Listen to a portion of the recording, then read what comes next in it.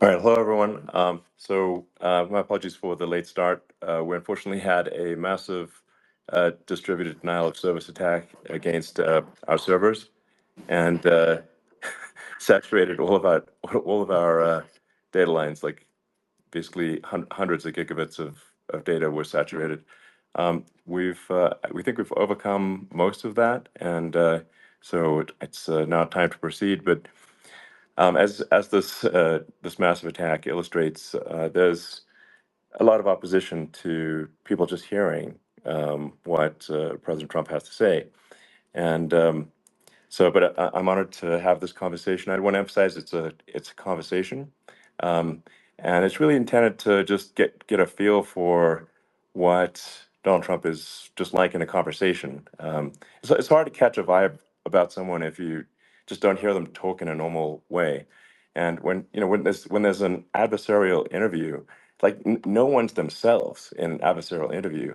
Um, and this is really aimed at kind of open-minded, independent voters who just trying to make up their mind.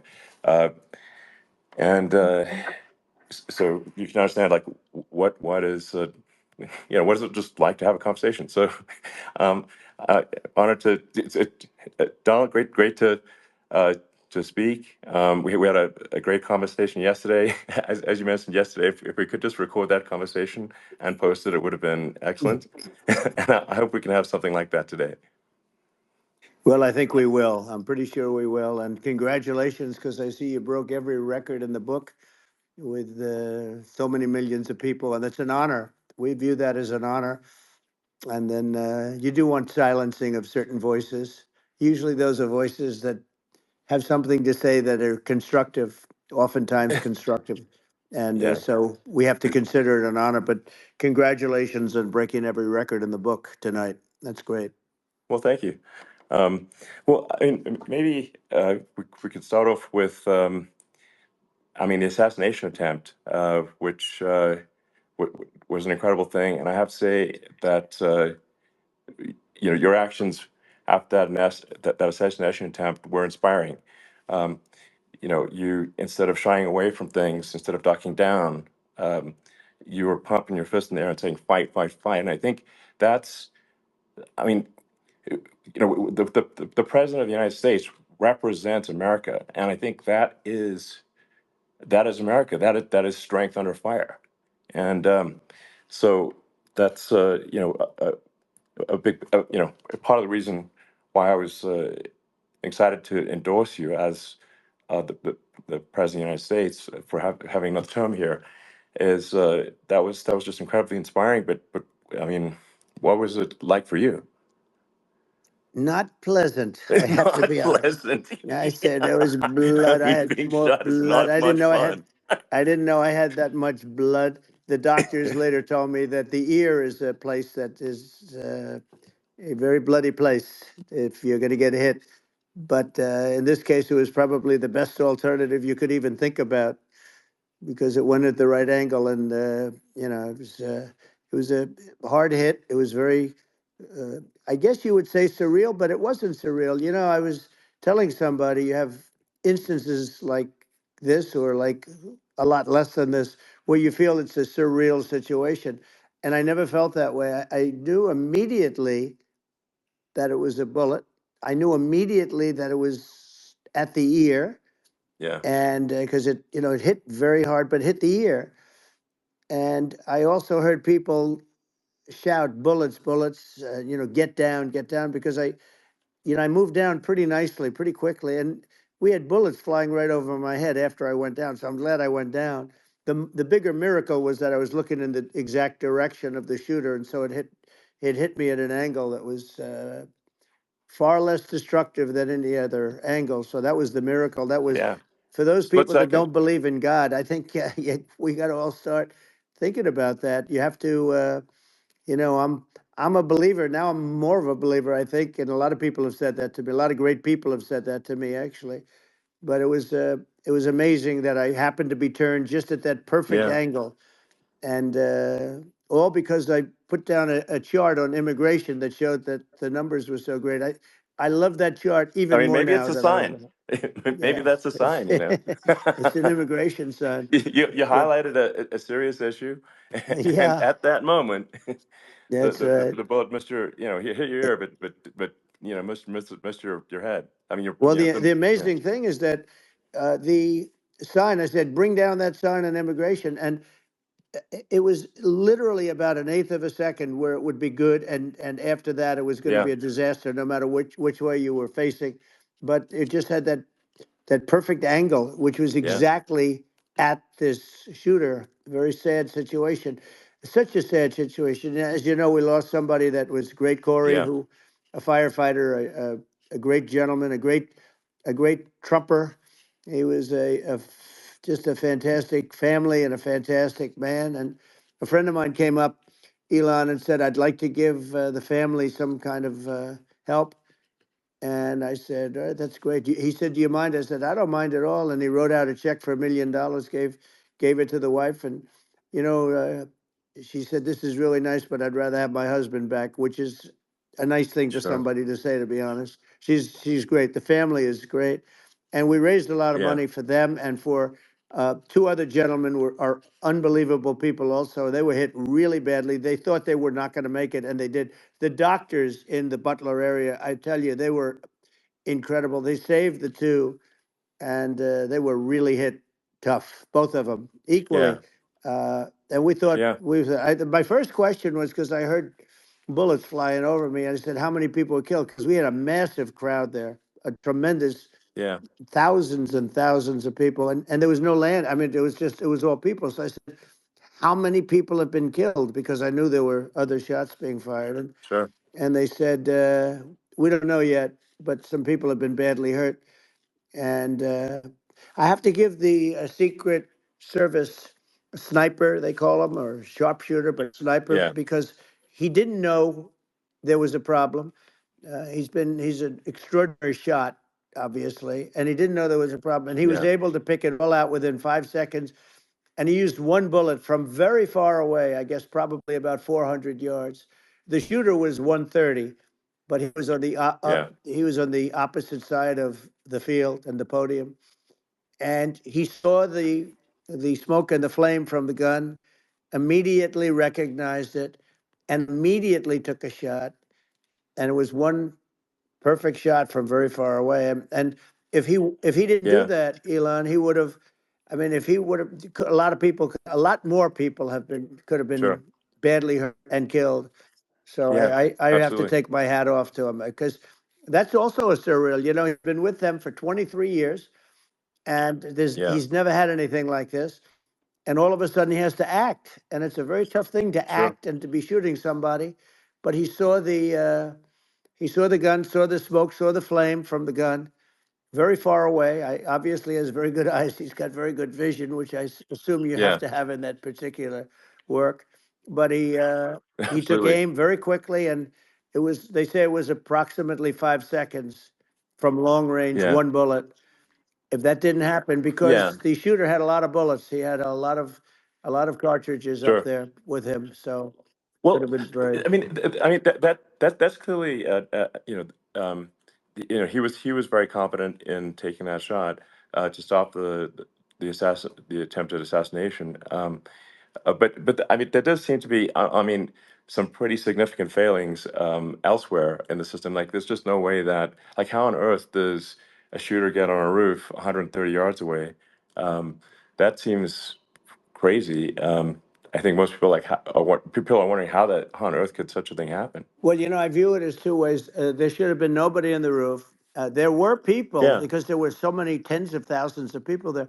There were people that were seeing him, and there was one woman with a red shirt and right. Trump all over I it, saw and the she's video. and she's screaming. That guy's got a gun. You saw it probably. Yeah, yeah, There's yeah. a No, I guy saw up the there videos. with a I gun. mean, So.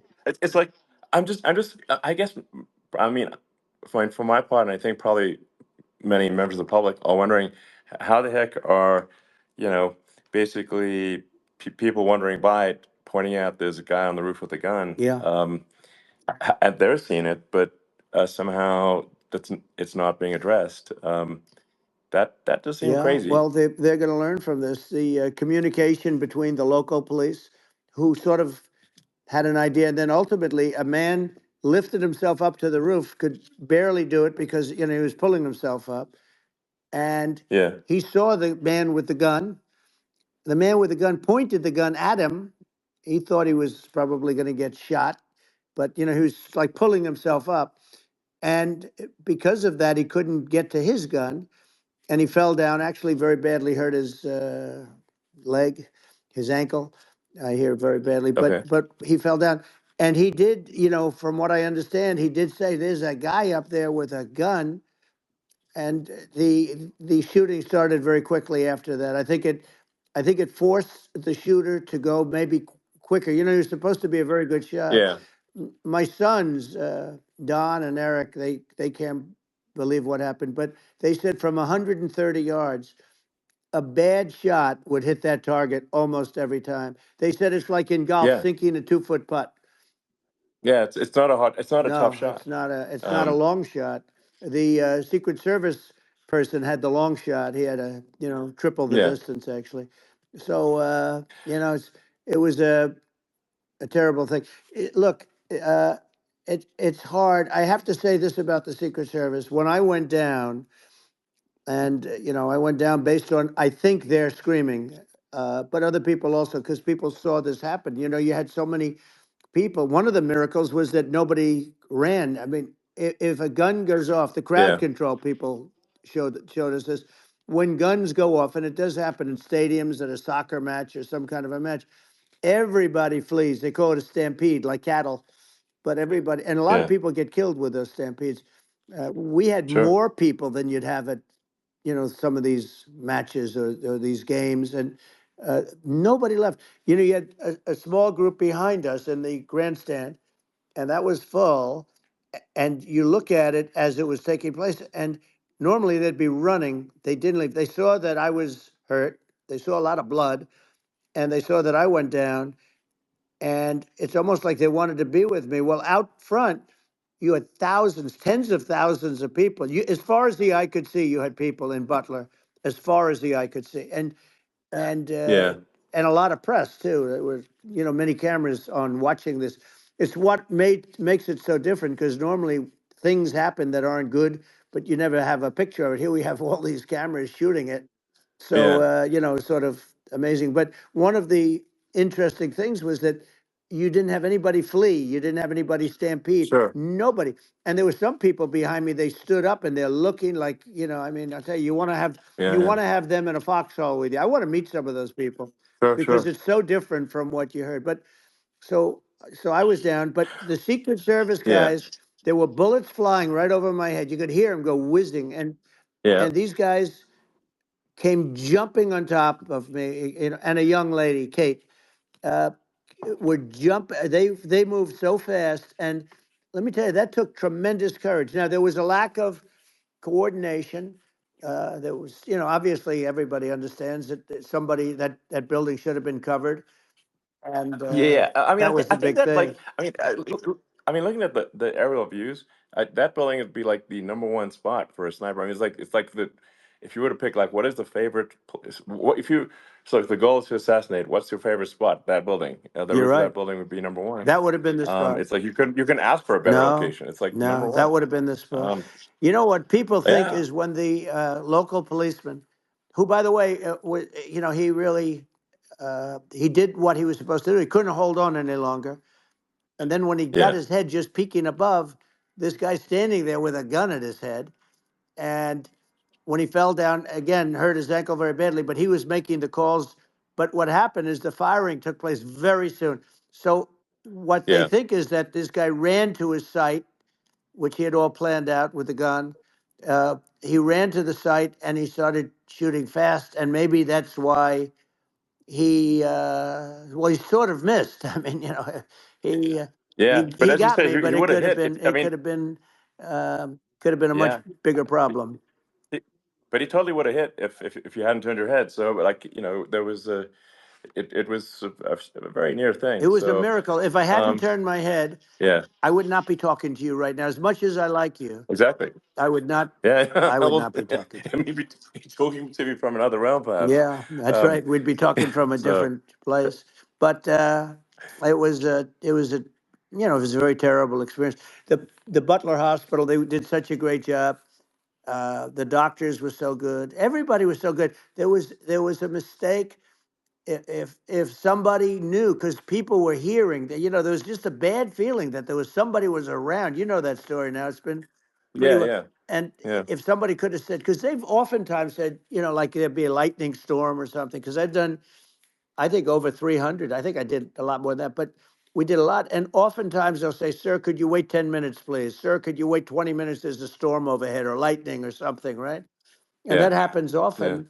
And this would have been a perfect time for that to have happened, but it yeah. didn't. It didn't get coordinated. That was the problem. Well, it was your. I think your actions in the heat of fire, and like what I found admirable there was that you can't fake bravery under such circumstances. The courage is instinctual, or it is not. It's not a rehearsed action. And so I just want to say that I think a lot of people admire your courage under fire there.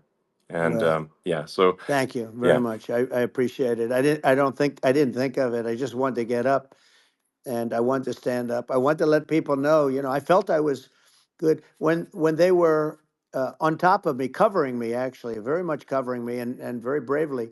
But I wanted to get up. I said, I want to get up. And they wanted, they have everything there. They wanted stretcher. I didn't like the stretcher. And I knew I was hit in the ear, but I knew I wasn't hit anywhere else. They felt I was hit someplace else yeah, because it was such a lot of blood, and they were sure that I was hit someplace else. And they were saying, "Sir, you were hit in more than the ear." I said, "Nope, I was hit in the ear. I want to get up. Let me get up." And so I got up, and the crowd didn't know what to think. I mean, this was so many people, and you could see they were confused. They didn't know what to think. And I wanted to let them know I was okay. It was very important for me to let them yeah, know that. And they went wild. You've seen the after. They didn't go wild when I yeah, got up because they didn't know, was I alive. You really couldn't tell when I stood up before the hand, before the fist in the air. Uh, they didn't know if I was alive. Nobody did. And when I put the fist up, they were just relieved and happy and thrilled, and the place went crazy. It was pretty amazing. yeah. It was a Well, terrible thing, but it it was was pretty amazing. incredibly moving. Yeah. Um, well, and I mean, speaking of the sort of slide that got you to turn that saved your life, really, was the illegal immigration Right. slide. Maybe this, That's right. maybe this is worth talking about that, It since was. It was. that slide You're saved your right. life, No, basically. the illegal immigration saved my life. You're right, but I I had to know be at that's that the. exact angle. I mean, that's a great one.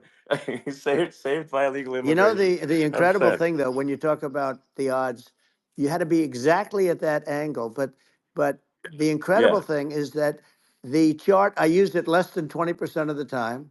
It was just a moment. yeah, It's always on my left, never my right, and it's always at the end of the speech.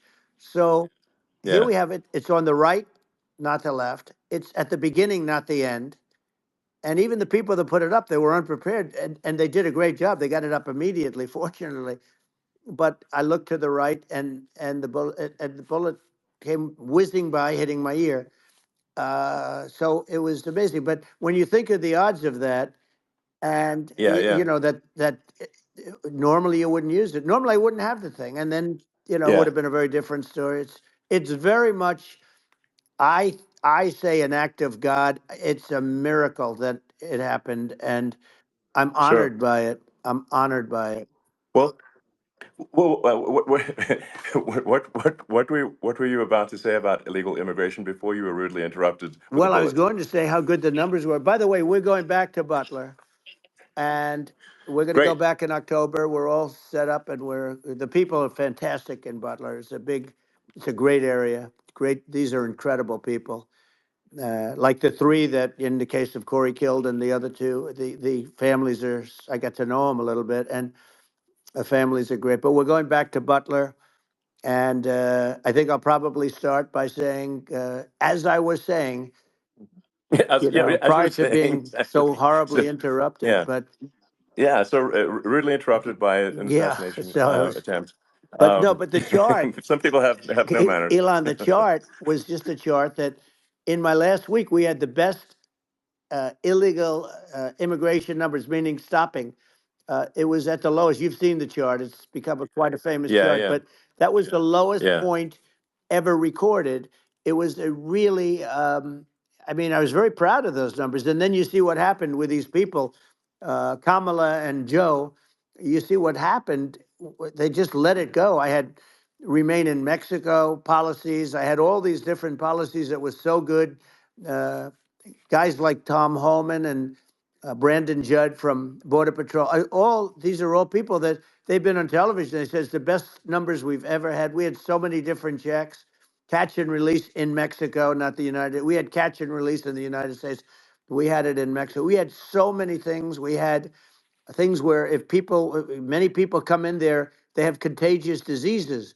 We had everything passed. If you have a contagious disease, I'm sorry, but we cannot allow you into the country. So we were setting Yeah, literally records, and I all I was doing is showing that, and I use it sometimes, sure. and in this case, I'm glad I used it. I can tell you that, but they were fantastic numbers. But I'm going to sleep with that chart always.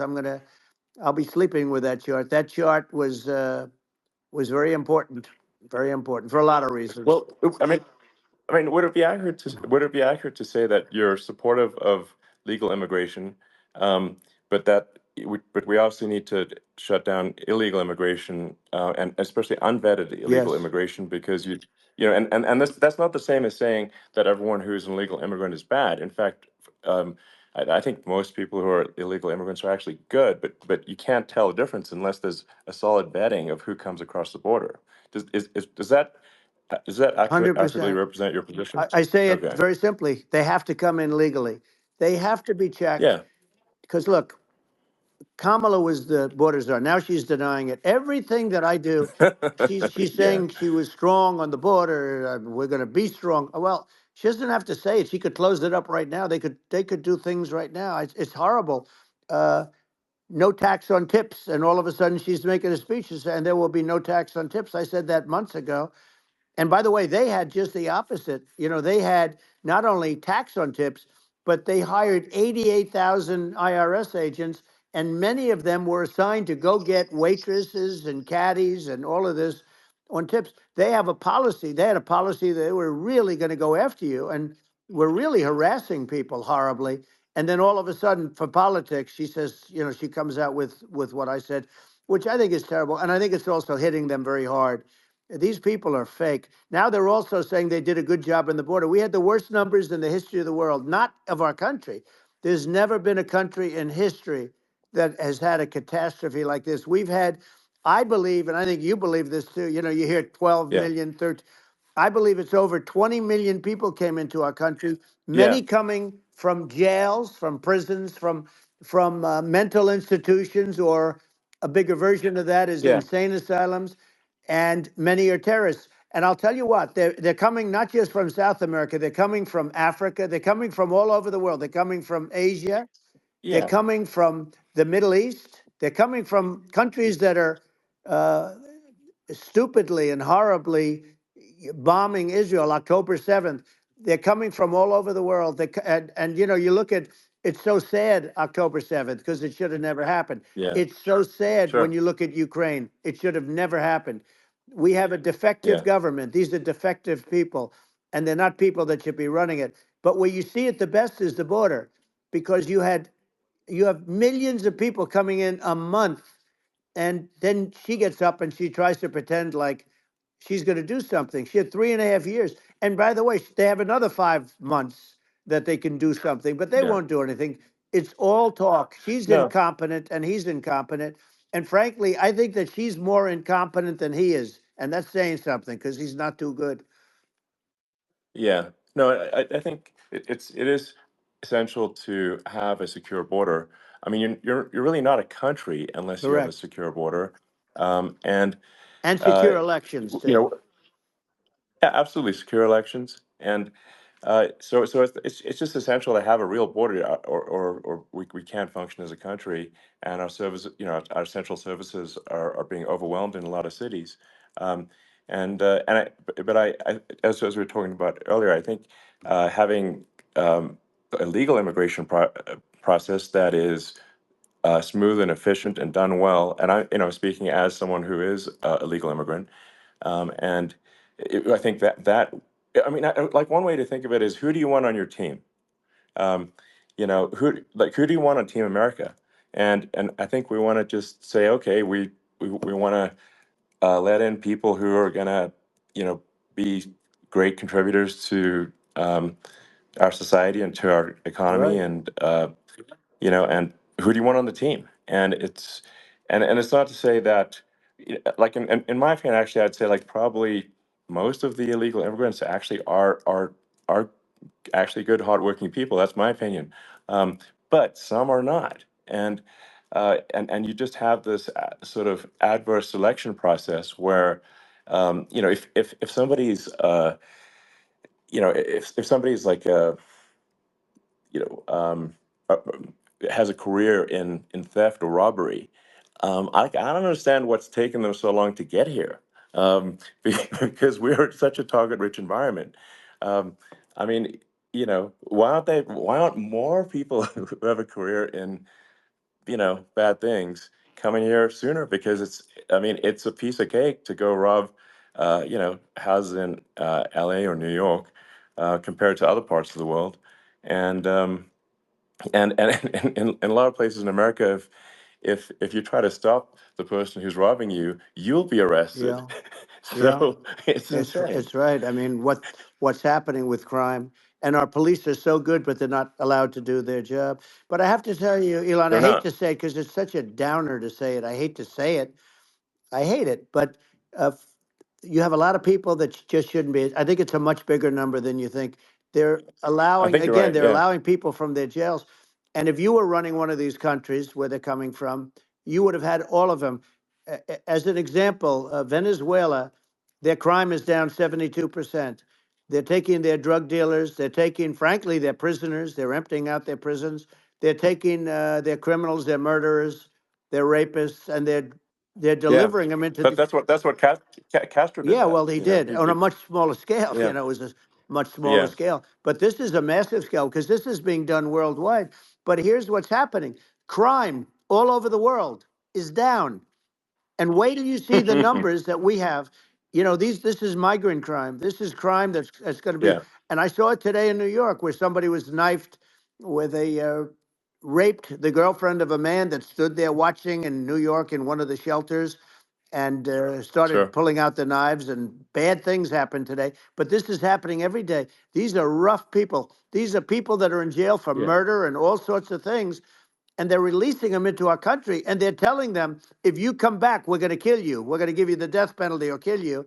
So they don't want to come back. But these are rough people. yeah, These are criminals that make our criminals look like nice people, and it's horrible what they're doing. And she's in charge of it because now she's trying to say she sure, had nothing to do with it, and she's such a liar because she was called the border czar the first day, and it was on the headlines of every newspaper. She's the border czar, and she never even went there. She went to one location which had nothing to do with where the problem is.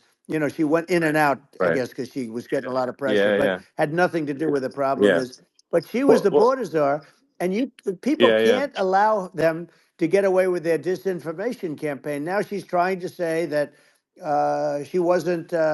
She wasn't really involved, and the whole thing is horrible. She was totally in charge. She could have shut the border down without him. He didn't know what he was doing anyway, so he wouldn't have even known yeah, what happened. You could shut the border down; he wouldn't yeah, even know the difference. But uh, the fact is that she was border czar. But if you don't have to call her yes, that, the fact is you could just call her. She was in charge of the border, and the border was the worst right. ever.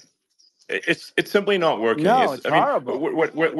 whether it's by whether it's a question of, of intention or competence. Either way, we don't have a secure border, and we have people streaming over like it looks like a World War Z zombie apocalypse at times.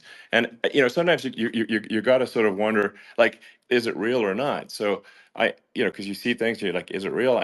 So I went to the border at Eagle Pass, and I saw for myself in Texas, and I was like, okay, it's real. I'm like seeing this in real time. I actually posted the video like just live. I just flew there one day and just to see, hey, is this made up or real? And I'm just seeing people stream across the border, and I have to say, at least the people that I saw did not look friendly. So These are people people, can look at my video and say, hey, yeah. does these people look friendly? I don't look super friendly. So These are people that um, Elon would not be the same man if he had to walk across the street and look these people in the eye. These are rough people. These are really rough people coming across.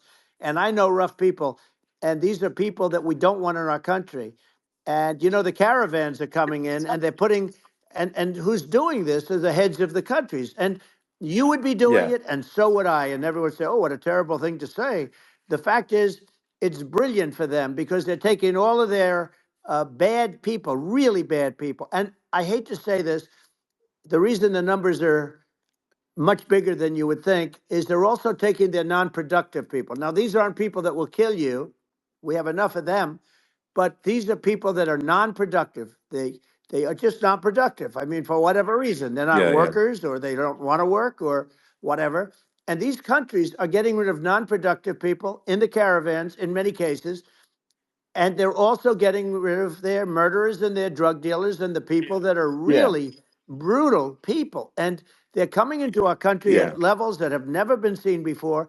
And I saw an ad just before I got on the air. I'm walking over here, and I saw an ad by Kamala saying how she is going to provide border security. Where has she been for 3.5 years? For 3.5 years, yeah. No, no. we have 20 million people I poured think is in. It's a terrible Yeah, I thing. think this, frankly, I think this is a fundamental existential issue for the United States. And if we have another 4 more years of open borders, and it's going to be even worse with another 4 more years, it's going to be even worse than it's been for the past, 3.5 years. I'm not sure we've got a country You don't have left a country at that left. point. Elon, if they get in, you will have 50 to 60 million people from all over the world, not South America only. We think of South America, we think of Honduras and El Salvador, Guatemala, and Mexico, the four. But it's not that. It's everywhere. They're coming in from Yeah, everywhere. And I had to stay in yeah, I think Mexico. this is a super important Yeah. point. Like people, it's like basically when I went down there, I was like, well, where are people from? It's like almost no one was from Mexico. To be No, clear, Mexico it's less, it's just it's just less it's than just the the others. border. It's just the border with Mexico. But the people coming in, it's Earth, the rest of Earth, and America is only about 4 or 5% of the population of Earth. It would only take a few percent of the rest of Earth to overwhelm everything in the We're U.S. already So overwhelmed, Elon. We're overwhelmed. You had to see the news tonight about New York. New York, and I love that place, and what they're doing to it is horrible, what they're doing to it. And all the courts do is they yeah, try and focus on Trump. Okay, let's focus on Trump, who did nothing wrong. I complain about a rigged election. Elon, what's happened is unbelievable. You have from Africa, from the Congo, they're coming from the Congo, and 22 people came in from the Congo recently, and they're murderers, and they're dropped. They drop them. They take them out of jails, which is very expensive, to maintain the jails. Although they don't do too much maintaining, I can tell you. But they take them out of jails, prisons. They take them out, and they bring them to the United States. They deposit them in the United States and say, "Don't ever come back, or you're going to be executed." And they don't want to come back, but they won't come back. sure. But they're coming from Africa. They're coming from Asia. They're coming from the Middle East. They're coming from South Well, America. just They're Earth, coming from rest of Earth, everywhere. basically. And there are a lot of Yeah, really everywhere on bad Earth. ones. It's it's just an everywhere on Earth thing, and it's just not possible for the United States to absorb everyone from Earth, or even a few percent of the rest of Earth. It's just not possible. Well, So Elon, we're going to have that's just to yeah, finish this up. We're going to have the largest deportation in history of this country, and we have no choice. Otherwise, we're going to have a country. What they've done to our country. Think of it. with in Venezuela and in some of these other countries, crime is down 50, 60, 70, 80%. And you would be the same. You would have. Yeah, I'll yeah, tell you what, Venezuela has not gotten rid of all of them. They've gotten rid of about 70% of their really bad people. Their jails are about 50% uh, put into the United States. Same with other countries. Some sure. are at 30%, some are at 50%. They're all different. But the bottom line is they're all going to be at 100%. Why wouldn't you put 100% of it? Yeah, And they're doing it right now while this third rate phony candidate. Don't forget, I beat Biden. He failed in the debate miserably. And, some people said, oh, gee, it's too bad. It's too bad he did so badly, or I did well in the debate. The first night they said, wow. One of the people at CNN said that was the greatest debate performance I've ever witnessed. And then 2 days later, they didn't talk about that. They just said he was bad. But that's okay. That's the way I get treated. And I don't mind that at all. What I can tell you is this: we cannot have a Democrat. We cannot have her. She's incompetent. She's as bad as Biden in a it's different. Look, yeah. she hasn't done an I mean, interview since this yeah, whole scam started. well, And say what you want. This yeah, was a coup. This was a coup of a president of the United States. He didn't want to leave, and they said we can do it the nice yeah. way or we can do it the No, hard way. yeah. Not, I mean, they just took him out back behind the shed and basically shot him. Oh, what they did Biden. with this guy, So and I'm no yeah. fan of his, and he was a horrible president, the worst president in history. And one of the reasons he was so bad, first of all, the Israeli attack would have never happened. Russia would never have attacked Ukraine, and we'd have no inflation. And we wouldn't have had the Afghanistan mess, if you think of it, Well, and we wouldn't have had yeah. Afghanistan. But we think of it, Well, yeah. you take a few of those events away, and we have a different world. We would also have No, no no. You're yeah. inflation was caused by oil. Yeah, no, no. I think you're making an excellent point here, which is that when other countries can, that are, are thinking about invading or doing bad things, when they're thinking about that, they're thinking about, okay, what's the American president going to do, and do they fear the American president, or is it someone they do not respect or and do not fear? And I think they would they rightfully be. I mean, look at that the footage of the assassination. They're like, okay, uh, President Trump is like, don't mess with me. I mean, that's like, but whereas I think people are not going to be, and they obviously have not been at all intimidated by Biden, and they certainly will not be intimidated by Kamala. And you have to really think of that in the context of global security. That if the American president is someone that, like, evil dictators are scared of, that makes a huge difference to the security of the world. So I had a good relationship with Putin, despite the Russia hoax that lasted for over 2 years. Just a hoax created by Hillary Clinton and Adam Shifty Schiff, some just bad people, just sick people, frankly. I mean, Schiff is a sick person. He's going to end up probably being a senator. It's hard to believe. The whole thing is hard to believe. But, they put our country in danger with that stuff, too. They actually, when they make up stories, and you have to fight your way out of it for a long time. But I know Putin very well. I got along with him very well. He respected me, and it's just one of those things. And we would talk a lot about Ukraine. It was the apple of his eye. But I said, don't ever do it. Don't ever do it. I shut down Nord Stream 2. That was the big oil pipeline, the biggest, I think, the biggest pipeline in the world going all over Europe. I shut it down. Biden came, and then they say Yeah, I loved Russia. I was a friend of Putin, and I loved Russia. No, he actually said to me one time. He said, "If you're my friend, I'd hate to see you as an enemy." I shut down his pipeline, the biggest pipeline. They were looking at that to yeah, fund, and this pathetic president gets in there, and the first thing he did, one of the early things he did, is he shut down. He shut down Keystone XL pipeline, which is our pipeline that would have employed 48,000 people, pipeline workers, shuts it down. That was, a massive job that Obama refused to allow. yeah, I allowed it in my first week because it was jobs and it moved oil. And by the way, in a much more environmentally friendly way. It's underground. It's not a truck that catches on fire or a train that catches on fire. But think of it. He shut down the uh, XL pipeline, the Keystone XL pipeline. He yeah, shuts that down and he approves the Russian pipeline, yeah. It doesn't make any right? sense. It's like it's inconsistent. certainly but I mean, I think it's just worth emphasizing, to listeners that the immense importance of whether the United States president is intimidating or not intimidating, and how much that matters to global security, because there's some real tough characters out there, and if they don't think the American president is tough, they will do what they want to I do, know every one of and them. it puts the whole Yeah. world in danger. Elon, I know every one It's of a them, big and I know deal. them well. I know Yeah. Putin. I know President Xi. I know Kim Jong Un of North Korea. I know every one of them. And let me tell you, people will say, "Oh, this is terrible." He said, "I'm not saying anything good or bad. They're at the top of their game. They're tough. They're smart. They're vicious, and they're going to protect their country. Whether they love their country, they probably do. It's just a different form of love, but they're going to protect their country. But these are Yeah. tough people at the top of their game. And when they see a Kamala or when they see Biden, Sleepy Joe, they can't even Yeah. believe it. They can't believe this happened. All the stuff that you're seeing now, all the horror that you look at Israel, they're all waiting for an attack from Iran. Iran would not be attacking, believe me. You know, when I was there, and I say it with respect because I think we would have been good with Iran. I don't want to do anything bad to Iran, but they knew not to mess around.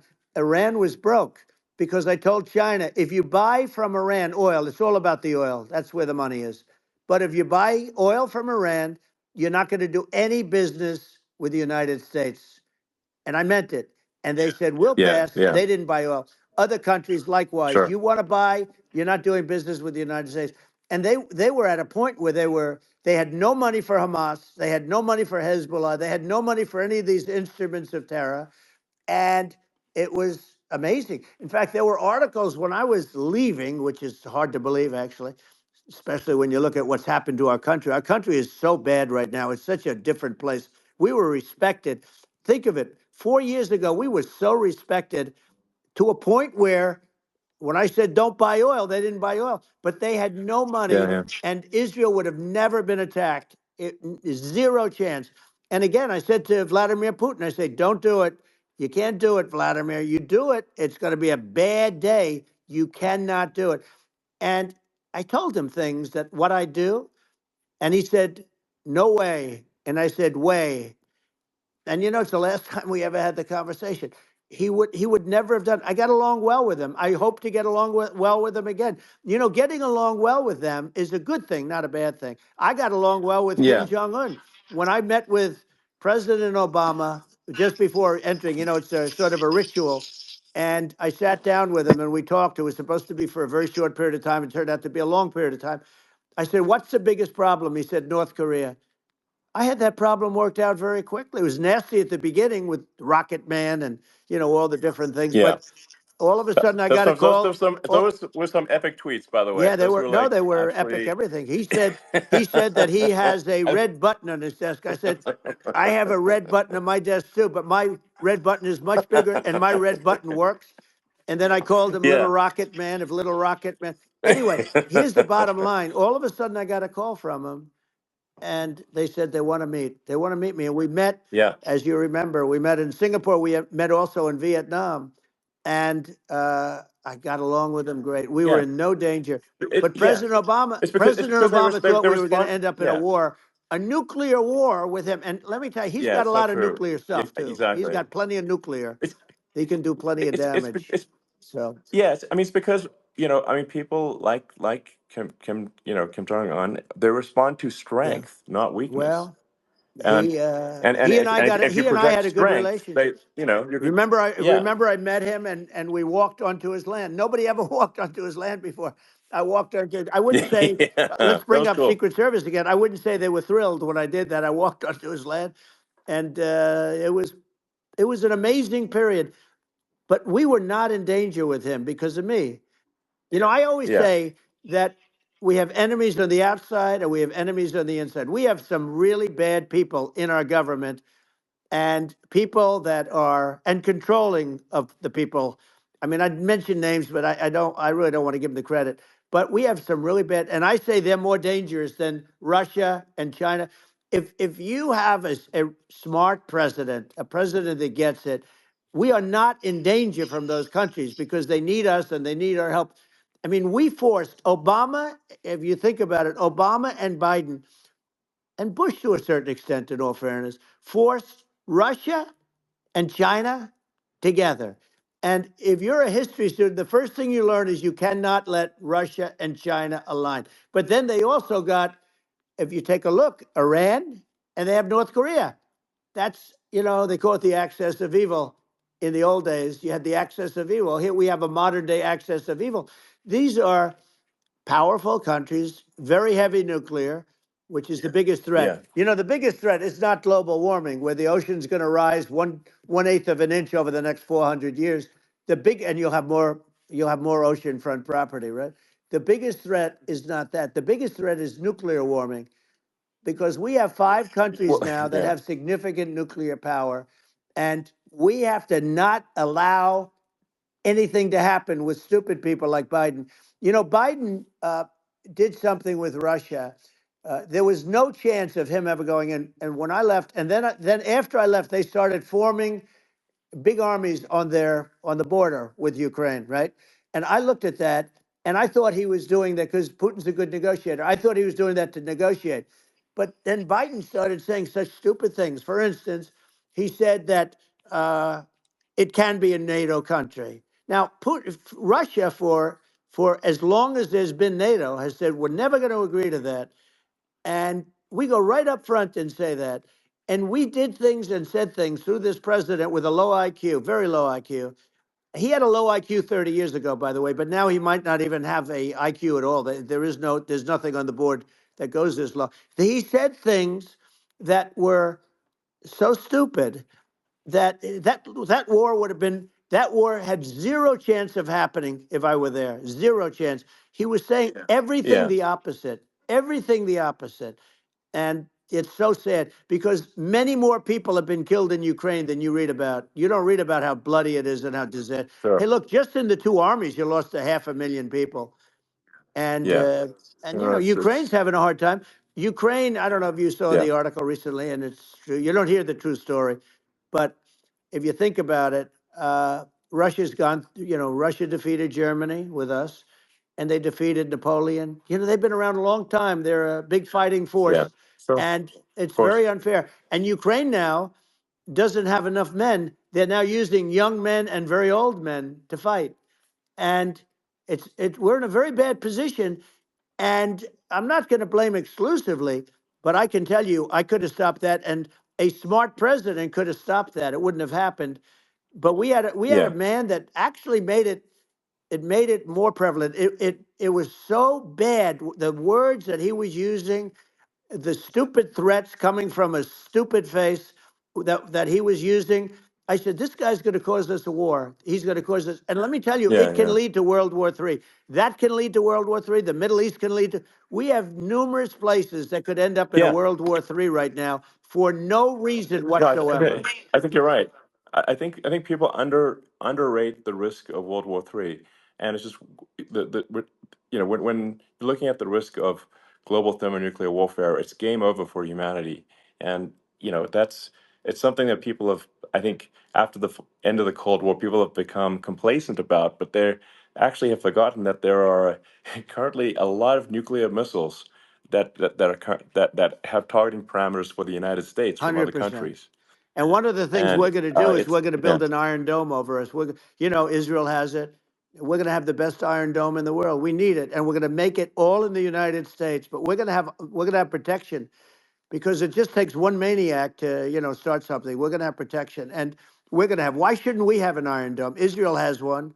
Some other places yeah, have one that nobody even knows about, frankly. But Israel has it. We're going to have an iron dome. But with all of that being said, to me that's so important, the most important.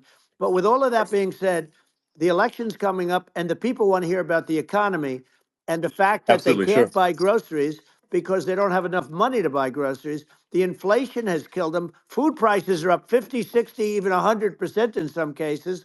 And this stupid administration allowed this to happen. And it's a shame. And that's the thing that people most care about, in my opinion. They care about the border a lot. And we discussed the border at great length. It's nice to have a Yeah, yeah, forum like this where I can discuss something at length. And by the way, you think Biden could do this interview? Do you think that Kamala could do this interview? They would take a pass on No, they you. could not. So they don't need Elon. They don't need Elon screaming out questions. It's pretty sad when you think that somebody that does this for a living can't answer a question or is afraid to do an interview. And in her case, with a very friendly interview, she's got all friendly interviewers. It's pretty sad. Yes, But the absolutely. big thing now is the Well, economy, Elon. yeah, And as much as yeah, I mean, I view nuclear as the single most important thing, but a lot of people don't. A lot of people don't understand that. But it doesn't have to. If I understand it, that's all you need. Because if I was president, you're not going to have that kind of a problem. But the thing that they really is making them angry is what Kamala and Biden have allowed to happen to the economy. It's a disaster with inflation. The inflation, it yeah, doesn't matter what you make. The inflation is eating you alive. If you're a worker or if you're just a middle income person, you can't afford. 4 years ago, 5 years ago, people were saving a lot of money. Today, they're using yeah. all their money and borrowing money just to live. It's a horrible thing Right. that's happening, and we'll end that Well, I think quickly. a lot of yeah, a lot of people just don't understand where inflation comes from.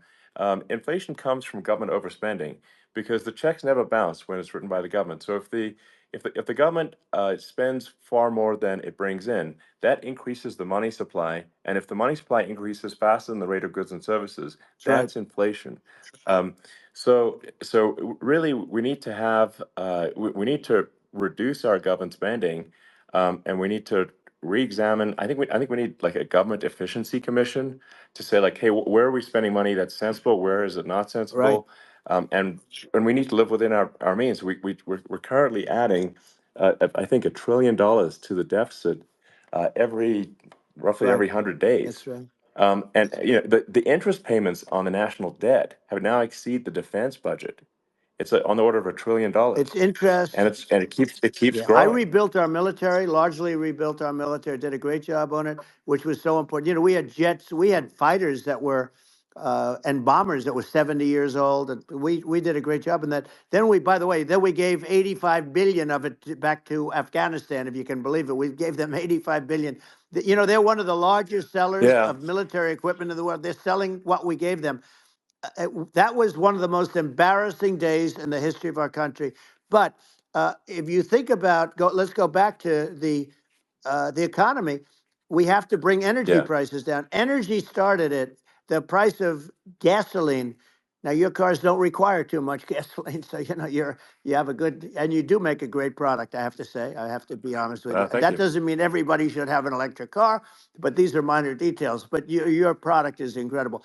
But the Thank you. gasoline, Elon, is the cost of energy. Not only gasoline, it's the cost of heating your house and cooling your house. That has Sure. to come down. It's gone up 100%, 150, and 200%, and that has to come down. When that comes down, and we're going to Yeah, drill, baby, drill. They stopped drilling, and then they went back to drilling because they went back to the Trump policy. But if they won the day after they get into office, this country will go out of business because they're going to go to an energy policy that's not sustainable, wind and different things. You're not going to have anything. yeah, And I know you're a big fan of the AI, and I have to say yeah. that AI, and this is shocking to me, but AI requires twice the energy that the country already produces for everything. So you're going to have to build. We're going to have to build a lot of energy if our country will be competitive with China, because that's our primary competitor for this on the AI. You're going to Sure. need a lot of Well, I mean, electricity. You're going to need tremendous yeah. electricity, like almost double what we produce now for the whole country, if you can believe it. Sure. Well, just going, back to this, like this basic thing, which that people try to make it sound complicated, but it's not. But inflation is caused by government Right. overspending. Would you agree that we need to take a look at government Yes. spending and have perhaps a government efficiency commission that just tries to make the spending sensible and so that the country lives within its means, just like a The person does. waste is incredible, and nobody It negotiates is. prices. You used to have a lot of people making jets, and you end up with two companies, and they'll probably try and merge at some point. I mean, I went through it. like Air Force, just a thing like Air Force One. One of the first documents they asked me to sign, a general walks in, sir, would you please sign this document? And what is it? Air Force One. That's with Boeing, which is basically two planes, two 747s. And the price was Yeah. $5.7 billion for two planes. Now they're Wow. highly sophisticated. That's They're insane. even nicer than your plane, okay? But much more sophisticated. They're very. I won't say what's on it, but they got a lot of stuff on it. Anyway, but it's Sure. 5.7. I That's a crazy It's a number. crazy number, but I said I'm not going to pay 5.7. I'm not going to do it. I said, who made the deal? Obama and his people. I said, well, then I know the deal's no good. I'm not going to do it. And over a course of about 4 weeks, by my saying I'm not going to do it, I got the price reduced by $1.6 billion for the exact same plane. Other than we had a nicer paint job, if you want to know the truth. But for the exact same plane, I saved one, and I said to Boeing, man, you guys must make a lot of money if you can reduce the price by that. But now what I do hear is that they're going back to the Biden administration and wanting big cost overruns, because they see these dopey suckers in there and they'll end up getting some of the money back. But I shaved it by $1.6 billion for the exact same plane. And you can now take that and multiply that out times thousands of other Exactly. items. And Multiply it by yeah, a the zillion, numbers are and yeah, yeah. astronomical. I agree with you. Well, I mean, if so, I think it would be great to just have a government efficiency commission that takes a look at these things and just ensures that the taxpayer money, the taxpayers' hard-earned money, is spent in a good way. I'd be happy to help out on such a commission I'd love if it. it were formed. Well, you're the greatest cutter. I mean, I look at what you do. You walk in and you just say, "You want to quit?" They go on Yeah. strike. I won't mention the name of the company, but they go on strike, and you say, "That's okay. You're all gone. You're all gone." So every one of you is gone, and you are the greatest. You would be very good. Oh, you would love it. But if you look at Argentina. Well, I'd be happy to Yeah, by help the way, out. congratulations. I Yeah. just looked at the number of people that are listening to you and I chat. We'll call it a chat. But Yeah. congratulations. This is very good. I mean, it's great. And you're an interesting character. The new head of a place called Argentina, and he's a big, Malay's awesome. he's great. And Yeah. he's a big MAGA fan, that he ran on MAGA. And he took it to an extreme too. He ran on MAGA, and I hear he's doing really a terrific job. It's called Make Argentina Great Again. It worked out perfectly. He came in, he bought a lot of hats, he brought over, but he's doing a big job. He really cut. And I'm hearing Yeah. they're starting to do pretty well. Inflation's getting down. They had like Yes, exactly. 2,000%. They had inflation like not normal inflation. They had the real deal. But we're going to Yeah. have that pretty soon. We have, I think we Yeah. have the worst inflation we've had in 100 years. They say it's 48 years. I don't believe it. I think we have the worst. They Yeah. don't include a lot of the items that should be included. You know. Yeah. Well, it's just from government overspending and not spending taxpayer money Yeah, effectively, and having just so many departments, you can't even name them all. And what Malay is doing is, he's cutting government spending. He's simplifying things. He's having putting in regulations that make sense, and we're Argentina overnight is experiencing a giant improvement that's in right. prosperity. But it's also a lesson for the United States, which is that um, Argentina used to be one of the most prosperous countries in the world. Um, That's right. in the like in the 30s, 40s, and because of bad government policy, it ruined the country. And if you take Venezuela, for example, Venezuela should be incredibly prosperous. They have phenomenal reserves of everything, oil, everything, and it should be prosperous. But if the government's wrong, it impoverishes the people. And so I think we should not be complacent in the United States in thinking that and taking our prosperity for granted, because if with bad government policy, we can run the country into the ground. And that's just something people should bear in mind. Don't take prosperity for granted. Well, think of education. So we're ranked at the bottom of every list of the top 40. We're ranked number 40, number 38. Uh, Norway, Switzerland, Sweden, different countries are ranked good. Actually, China's pretty close to the top. They're a top 6 or 7. but we're ranked at the bottom, almost at the bottom, 38, 39, 40. In other words, horrible. And yet we spend more per pupil than any other country in the world. So we spend more. And what I'm going to do, one of the first acts, and this is where I need an Elon Musk, I need somebody that has a lot of strength and courage and smarts. I want to close up Department of Education, move education back to the states, Yeah. where states like Iowa, where states like Idaho, not every state will do great because states that basically aren't doing good now. You look at Gavin Newsom, the governor of California. He's terrible. He does a terrible job. So he's not going to do great with education. But of the Yeah. 50, I would bet that 35 would do great, and 15 of Yeah. them, or 20 of them will be as good as Norway. Norway is considered great. You can name them. I mean, just they're so good. Some of Yeah. these countries are so good. But if you go into some of these really well-run states, we have states that don't know what debt is. We have states that have low taxes, no debt, everybody working. They're really well run, Sure. and maybe they have certain advantages in terms of location, in terms of the land or the sun, and the water and the whole thing. There are a lot of advantages that some people have. But if you moved education back to the 50, you'll have some that won't do well, but they'll actually be forced to do better because it'll be a pretty bad situation. Yeah. But if you think Well, about it, yeah. you'll have some Yeah. of Yeah. these states. I'll bet you'd have 30, 35 states.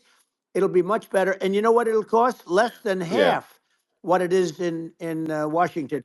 And Yeah. these people don't care Well, about the yeah. students in these, faraway states. And it'd Well, be unbelievable. yeah.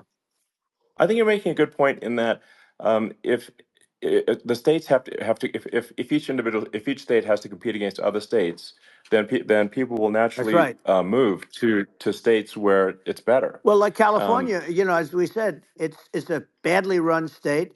I could go through. I got so many friends that are in those states, even if they're Democrats. I hate to mention certain states, but Illinois is badly run with Pritzker. He's a real loser. But yeah. but some of these places are just badly run. But it's almost going to force them to run better, and they won't do a good at initially. But you're not going to do worse than you're doing right now. And I would say that Yeah. the cost, you would cut your cost by 50 or 60%. And you'd have a little Yeah. Yeah. monitor. You want to make sure they're teaching English as an example. Give us a Yeah. little English, right?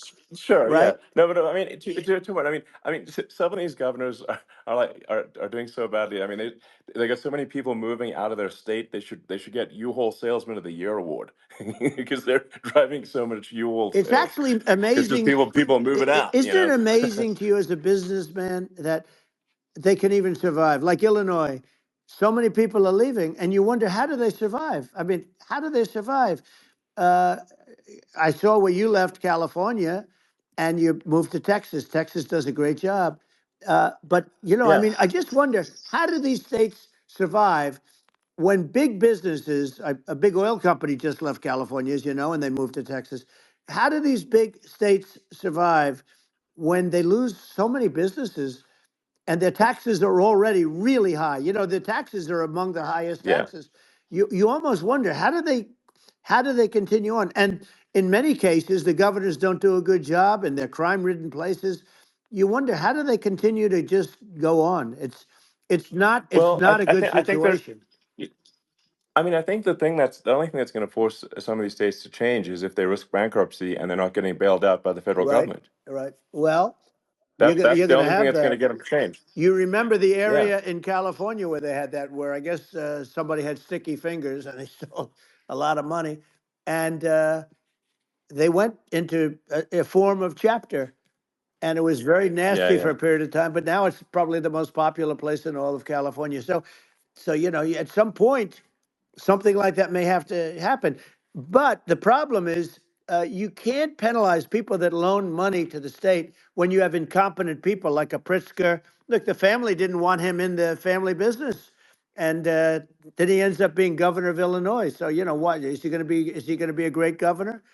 And you have people. I could name every one of them. I got to know every one of Yep. these, and some are very good, and some are just horrible. Well, I think that, I mean, the larger point here, to, as you're saying, like a lot of people are concerned about the economy, a lot of people are concerned about inflation, and inflation is effectively a tax on people that save money, Yeah, and for people that are working day to day, it's just a form of taxation. And if we can solve the government spending problem, we'll solve the inflation problem, which means people will have a better standard of living, and yeah. that's a really big Well, the deal. people that got hurt Um, worst are the people that did it the way they were taught to do it all through, their younger life and their young life and their whole life. The people that saved money and then they got no interest on their money and inflation destroyed them. And frankly, they were almost better off if they didn't do anything like that. I mean, those people have been absolutely decimated, and we're going to bring those people back and help those people. We've got to get the prices down. When I look at bacon costing 4 or 5 times more than it did a few years ago, sure. when you look at some of the food products in grocery stores, people go, they can't believe it. They used to be able to buy a whole cart, and today, a lot of people just don't have the money. They go in and they can't buy anything. They look at Yeah, it's sticker I shock. think They it. call it Yeah, sticker shock, right? I think it really just comes, like I said, I think it just comes down to really, I guess, two things, which is that if you solve government overspending, you solve inflation, which improves living Right. standards of the average person, and then if you deregulate, like have sensible regulations, so because a lot of the regulations are nonsensical and cause the cost to be extreme for no reason, but unless you've got effective deregulation. Like Reagan did a great job on deregulation in the 80s, but it's been 40 years since we had That's right. anyone really. I mean, during your administration, we made some progress, but I think uh, there's an opportunity to make, I think, radical progress with sensible regulation. Yeah. And Well, if it was Elon, those two things, yeah, those are the big yeah, we deals. set a record. We did more deregulation and more restrictions on all of the different businesses than any other president. Remember, I had the rule for everyone we put in, you have to get rid of 10 or 12. And we did Yes. radical cuts on all of that, and a lot of that's being put back by this administration. And we did radical cuts on things that weren't necessary. But we were all set. We had the best economy ever, maybe in the world. And then what happened is COVID came in, and we had to focus on that, and nobody knew what it was. And I always say I got good marks on economy, good marks on military. We knocked out ISIS. We did so many different things. We rebuilt. But, I never got the credit that we really deserved on what we did with COVID. We never got the credit. But if had that not happened, a gift from China, from Wuhan, came in from Wuhan, the Wuhan labs, and I always said it, and it turned out to be right. But Yeah. had that not happened, we were set to start reducing debt. We were going to reduce taxes further. I gave the largest tax cuts, and we were going to reduce taxes still further for middle income people, not only businesses. But we did it for Sure. businesses because they're the ones that's why we had the great job numbers. But we were set to really start reducing debt. And, we're sitting on the biggest pile of liquid gold anywhere in the world, bigger than Saudi Arabia, bigger than Russia. And we were going to drill, and we were going to make so much money. We were going to supply Europe with oil. I had stopped the Russian pipeline, and we were going to supply them with oil and gas. We were going to make a fortune. And then the COVID came in, and we really had to divert. Then what happened is when they came in, we kept a lot of businesses alive. If I didn't do what we did, we would have had a 1929 type depression. But the problem is when Biden came in, he got trillions of dollars and just started spending it stupidly. You didn't need it anymore. We got over that bad period where everybody was dying and feeling, it was just not a good period. Interestingly, during his administration, many more people died during his administration of COVID than during my administration, and we really got the brunt of it. But people don't realize more people died during his administration than ours. But it diverted us from doing what I wanted to do. But we had the greatest for almost 3 years. We had the Yeah. great, and you know that probably better than anybody. So many of your friends said to me, the best years we've ever had in business were during the Trump years, and also said that African American, Hispanic American were so incredible. They were having the best Asian American women, men, young people without a diploma, young people that graduated from the best colleges, from MIT, from the Wharton School, from all of the great colleges, Harvard. They were doing better, and people without a diploma were doing better, and everybody was happy. And then COVID came, and Sure. we had the problem is they spent trillions and trillions of dollars. They wasted. They shouldn't have taken any money, and we wouldn't be having inflation right now, which is killing our country. Yeah, yeah. Yeah, absolutely. And I mean, I should probably say something about like, maybe my views on, climate change Yeah, and oil and gas, because I mean, I think I'm probably different from what most people would assume. Because my views are actually pretty, I think, moderate in this regard, which is that I don't think we should vilify the oil and gas industry and the people that have worked very hard in those industries to provide the necessary energy to support the economy. And if we were to stop using oil and gas right now, we would all be starving, and the economy would collapse. So I don't think it's right to sort of vilify the oil and gas industry, and the world has a certain demand for oil and gas, and it's probably better if the United States provides that than some other sure. countries, and it would help with prosperity in the U.S. And at the same time, obviously, my view is like we do over time want to move to a sustainable energy economy, because eventually you do run out of. I mean, you run out of oil and gas. It's not there for. It's not infinite. Um, and there is some risk. I think the risk is not as high as a lot of people say it is with respect to global warming. But I think if you just keep increasing the parts per million in the atmosphere long enough, eventually it actually simply gets uncomfortable to breathe. People don't realize this. If you go past 1,000 parts per million of CO2, you start getting headaches and nausea. And so we're now in the sort of 400 range. We're adding, I think, about roughly 2 parts per million per year. So I mean, it still gives us. So what it means is like we still have quite a bit of time, but so there's not like we don't need to rush, and we don't need to like stop farmers from farming, or you know uh, prevent people from having steaks or Right, basic stuff like right. that. Like you can leave the farmers alone, I agree. in How my opinion. crazy is that where I mean, you have farmers that are not allowed to farm anymore and have to get rid of their cattle, and the whole world is yeah, a that's little silly. crazy, but it's largely taken its lead from us. I do say though, I've heard in terms of the fossil fuel, because even to create your electric car and create the electricity needed for the electric car. Fossil fuel is what really creates that at the generating plants. And, so you sort of can't get away from it at this moment. I mean, someday you might be able to, but I do hear we have anywhere from 100 to 500 years left. Much of it hasn't even been found yet. Yeah, But there are tremendous, like Anwar. I got Anwar in Alaska approved. Ronald Reagan couldn't do it. Nobody could do it. Everybody tried. Nobody could do it. I got it approved. The first thing that Biden did was unimprove to get rid of it. He ended yeah, it. His secretary went in and she ended it.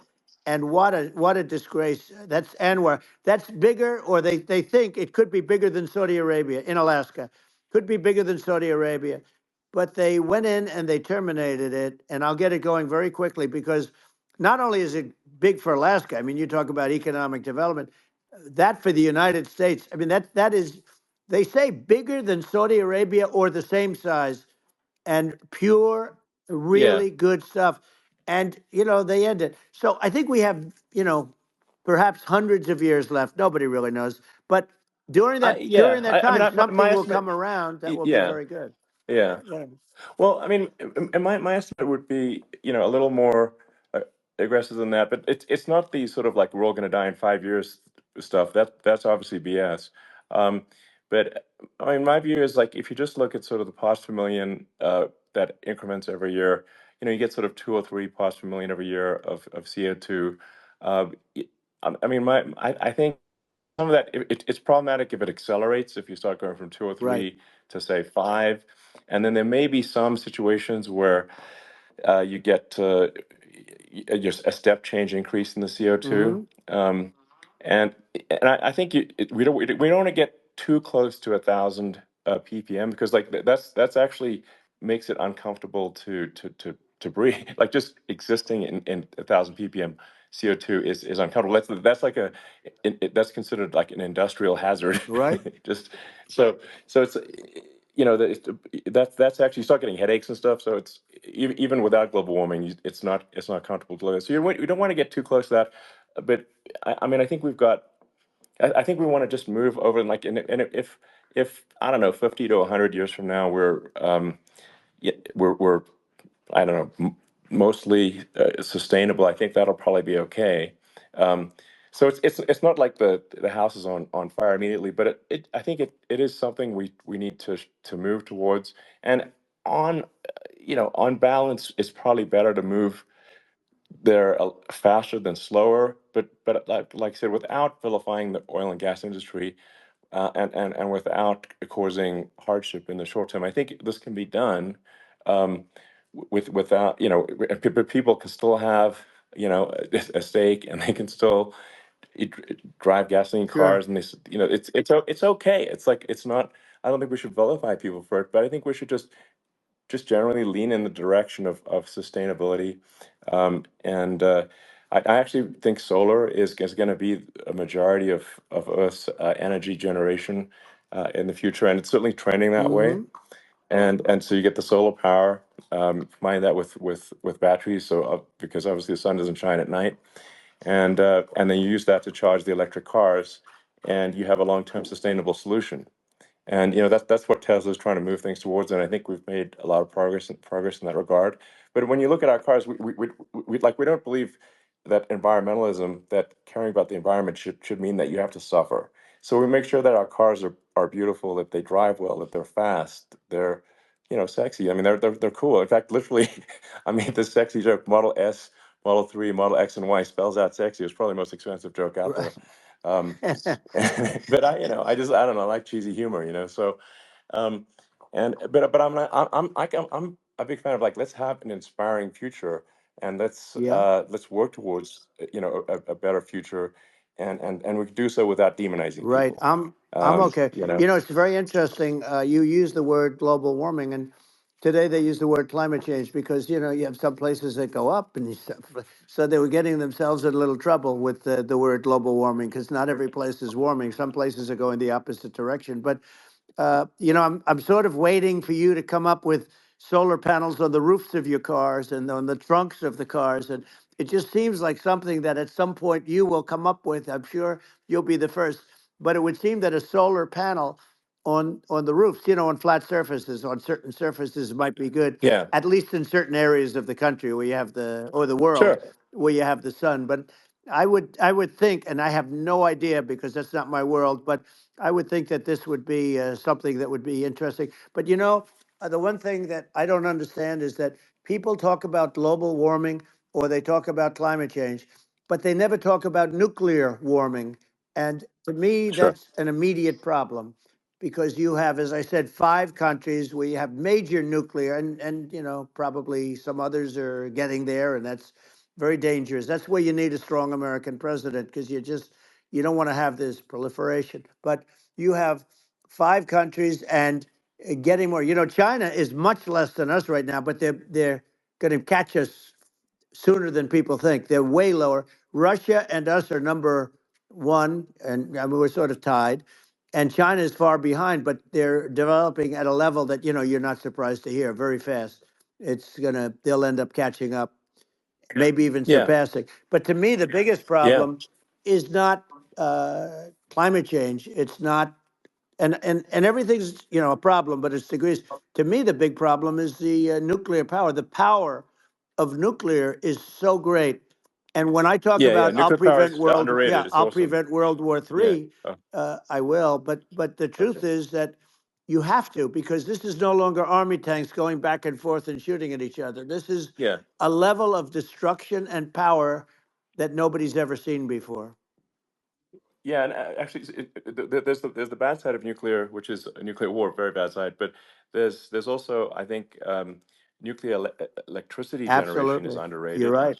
and it's actually, people have this fear of nuclear. nuclear electricity generation, but it's actually one of the safest forms of electricity generation. It's just a huge misunderstanding. Um, and if you look at the injuries and deaths, caused by, say, I mean, I'm not going to try to pick on coal mining, but just any kind of mining Right. operation. And there's a certain number of injuries and deaths per year. And you compare that to nuclear. Nuclear is actually way better. So it's underrated as an electricity source, and I think it's something that's worth reconsidering. But there's so much regulation that people can't get it done. So that Maybe they'll have sort to of change the have it, name. The name is just, it's a rough name. There are some areas yeah, it's a rough like when name. you see what happened in, Good bad right, branding. The we have to branding's rough. rebrand it. We'll have to give it a good name. We'll name it after you or something. No, No, it I has think a, hey, it has a branding problem. When you see what happened in, it does have a branding problem. when you see what happened in Japan, where they say you won't be able to go on the land for about 3,000 years. Did you ever see that? And in Russia, where they had the problem, where there's a lot of bad things happened, and they have a problem. And they say that in 2,000 years, people will start to occupy the land again. You realize it's pretty bad, No, but that's not true. but you're Well, no, right no, about it. It's amazing. it's actually not that bad. So like after Fukushima happened in Japan, like people were asking me in California, are we worried about like a nuclear cloud coming from Japan? I'm like, no, that's crazy. It's actually it's not even dangerous in Fukushima. I actually flew there and ate locally grown vegetables on TV to prove it. Um, and and I donated a solar water treatment, yeah, a solar powered system for a water treatment plant, and Yeah, but you haven't because the been danger feeling is so just well lately, and I'm worried about it. no, but I mean, I'm it's just only kidding. it's I'm only fine, kidding. it's like Hiroshima and Nagasaki were bombed, but now they're like full cities again. So Right. it's Well, that's clearly great. not That's great. something that That's um, great. it's not as scary as people think, basically. But Yeah. um, let's see. I mean, are there some other topics we should touch on? Oh, like lawfare. I think Well, we need to be eh, concerned about. what they've done to Um, this country. obviously, Yeah. yeah. Well, we just won the big I mean, case in Florida. This was a Biden administration did something that's never been done in this country, and that's go after their political opponent, me, with this nonsense and just nonsense. And the big case in Florida we won, but they always pick a judge and a jury, and they use local DAs, they use the local attorney generals like Fani, Fani, spelled yeah, Fani, Fani, and it's yeah, all a big hoax, and it's all run from there. Like in Manhattan, the one of the top people from the Justice Department went in, ran Manhattan, ran the state. The Letitia James deal was run by a person from the Department of Justice, Biden. They've never done this before, sure, and they set up a very bad precedent. It's called lawfare, warfare. yeah, It's a terrible thing, and never happened in our country. It does happen in banana republics and third world countries, but it's never yeah, happened. And the incredible thing is it actually drove my numbers up because people see, fortunately I have a platform like you, or in all fairness, like a conversation like this where I can talk about it and people understand. I mean, you fight for election integrity and you end up getting indicted because you're fighting for election integrity. And when the day comes that you can't fight for election integrity, you don't have a country anymore. So what yeah, happens is they went after their political opponent, me. Now Biden's, close to vegetable stage, in my opinion. Okay, I looked at him today on the beach, and I said, why would anybody allow him? The guy could barely walk. Why would anybody allow him? Does yeah, he have a political advisor that thinks this looks good? He thinks this looks good because it looks so bad, and it's ridiculous. I mean, and he's been doing right, that right, for a long time. He can't lift the chair. The chair weighs about 3 ounces. It's meant for children and old people to lift, and he can't yeah. lift it. The whole thing is Well, crazy. he's clearly not, I mean, he's clearly like we just don't have a president right You now. don't That's have a just obviously the president, and case. she's going to be worse than him Um, because she is a San Francisco liberal who destroyed San Francisco, and then as Attorney General, she destroyed California. You talk about location, and we're talking about the sun and the water and all. There's nothing better than California. She has destroyed that. She was the original DA. She was the original in San Francisco. She was the original Attorney General in California. What she has done to California is, well, you know better than I do. You just left California for a lot of those reasons. And what she's done with crime, with cashless bail, where you kill somebody. I mean, we have states now you kill somebody and they let you out right away. I mean, you don't have to even put up, and then they never find the people unless they kill again, and then they let them out again. Our Yeah. country is becoming a very dangerous place. And she is a radical left San Francisco liberal. And now she's trying to protect. Now she's looking like she wants to be more Trump than Trump, if that's possible. I don't think it's possible, but she wants to be more Trump than Well, Trump. yeah. I want a wall. I I want, think that's you know, she yeah. wants to release all the Yeah. prisoners that are in detention, and some of these guys are really bad. Right. That just came Yeah, I out just saw today. that. She Yeah. doesn't want to build the wall, even though the walls work. Walls and wheels. You know, in your business, everything you do is obsolete. Almost, well, not the tunnels, but everything is obsolete. Even your rocket ships, they're like a month later, they're obsolete. You find a better way to. The only thing that's not obsolete is a wall and a wheel. And the wall, you know, I built hundreds of miles of wall, and that's why we had such good numbers. I was going to add Yeah. 200 miles. We bought it. We could have flipped it up in 3 weeks, and they sold it for 5 cents on the dollar.